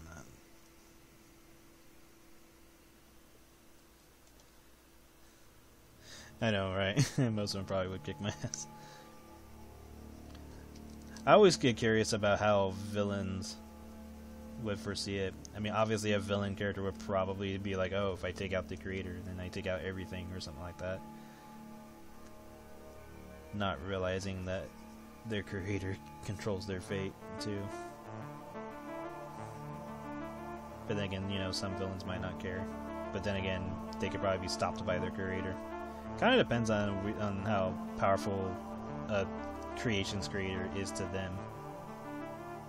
Type of situation, because that happens in the movie where the villains try to attack the creator of Kamen Rider, and he stops them with his pen or pencil.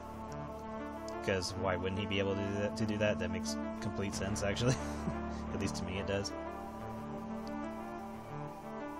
But yeah, it would be a fun interaction. Some getting pissy because of how they're made. Some, you know, probably joyful to meet their creators. I don't know. I mean, I can't predict how they would actually react, but I can get a really good guess. I know Becky would give me shit, but that'd be fun.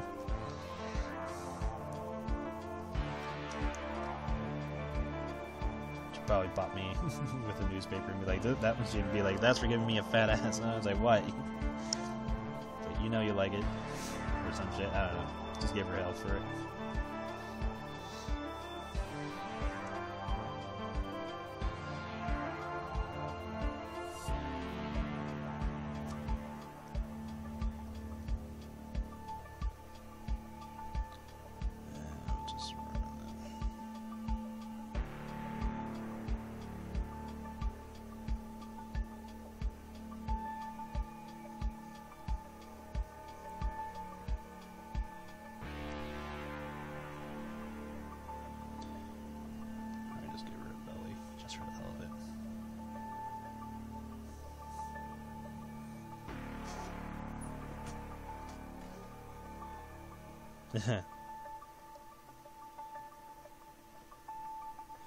Yeah, because Becky canonically cannot have kids.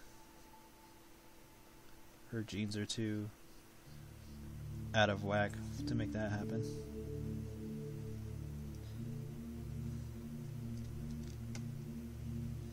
And she also doesn't really like kids, so...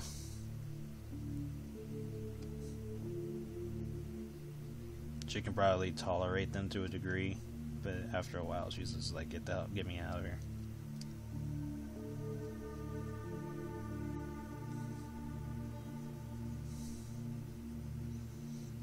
I mean, she has to at least be able to tolerate them because she has a sister. Though that doesn't necessarily mean that she has to like kids, though.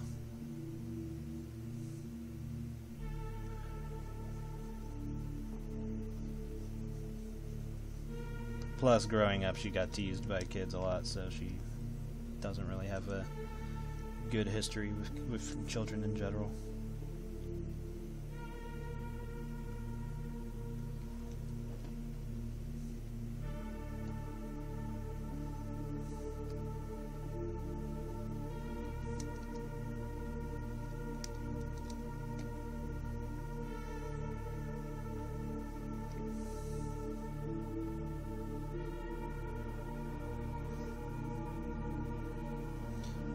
Yeah, she got long legs.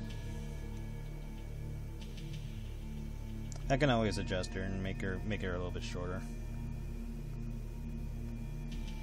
Make her more pony-sized or something.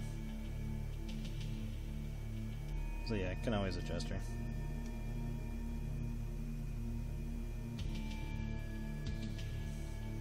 Maybe that's what I'll do at some point. I'll just go through her design and update her a bit. Because I did that with Bellica. Because originally Bellica was too tall, or at least the way I made her, she looked too tall, so I adjusted her, and then updated her hairstyle to match how she looked in Marcy's comic.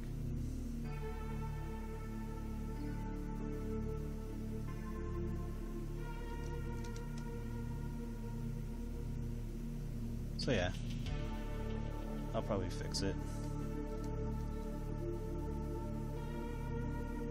Just so she doesn't look too tall. Because we already have Banana, so she doesn't need to be looking like she's as tall as Banana. Oh, didn't register the horse thing.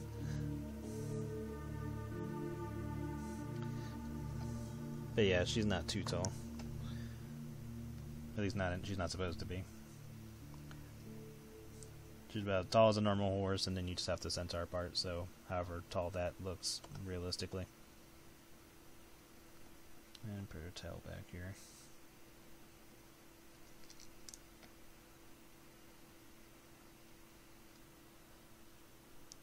Ah.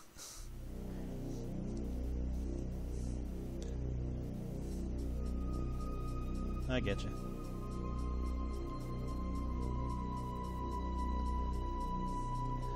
And for the hell of it, we'll put some fat over here.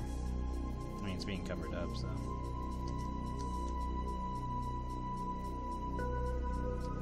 Just a little bit of a clothing stretch.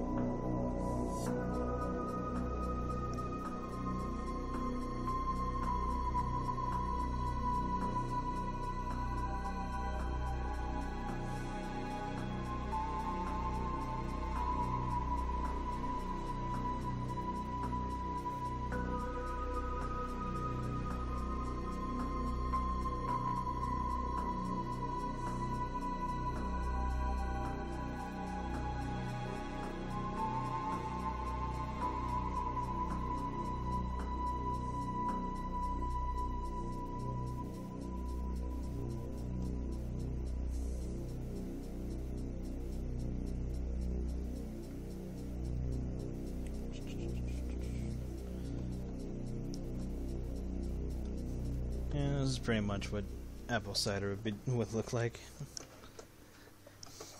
A few details missing, but it's mostly just like belt straps and stuff.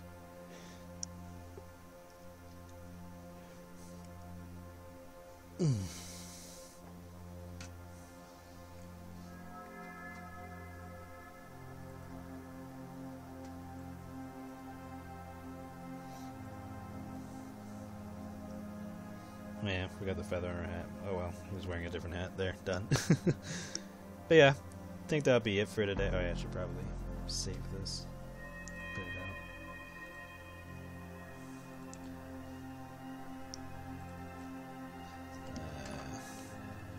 out. AC. I'll probably post this on Patreon or publicly, whatever. But yeah, just a short sketch day, just to have fun. I'll be working on... Well, I'll be working on Plum's artwork for the Creamfield set, Vice's set. I'll be working on poll winners soon, probably during the week, or next week.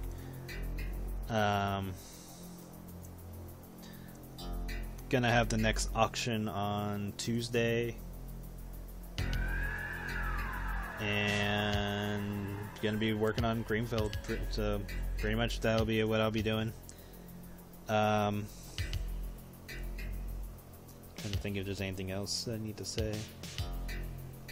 I think we're good. Like I said, I printed the starter deck cards to proof them, so whenever I get that in the mail and look them over, see if there's anything I need to try to fix or change. Other than that, if those are good, then I will put them out for sale.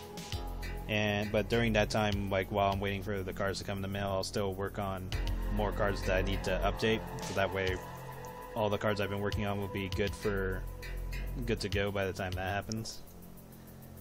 And whatchamacallit, yeah, just trying to stay active, you know. I'm also trying to learn Blender. I just need to have some time to just sit down and work on something.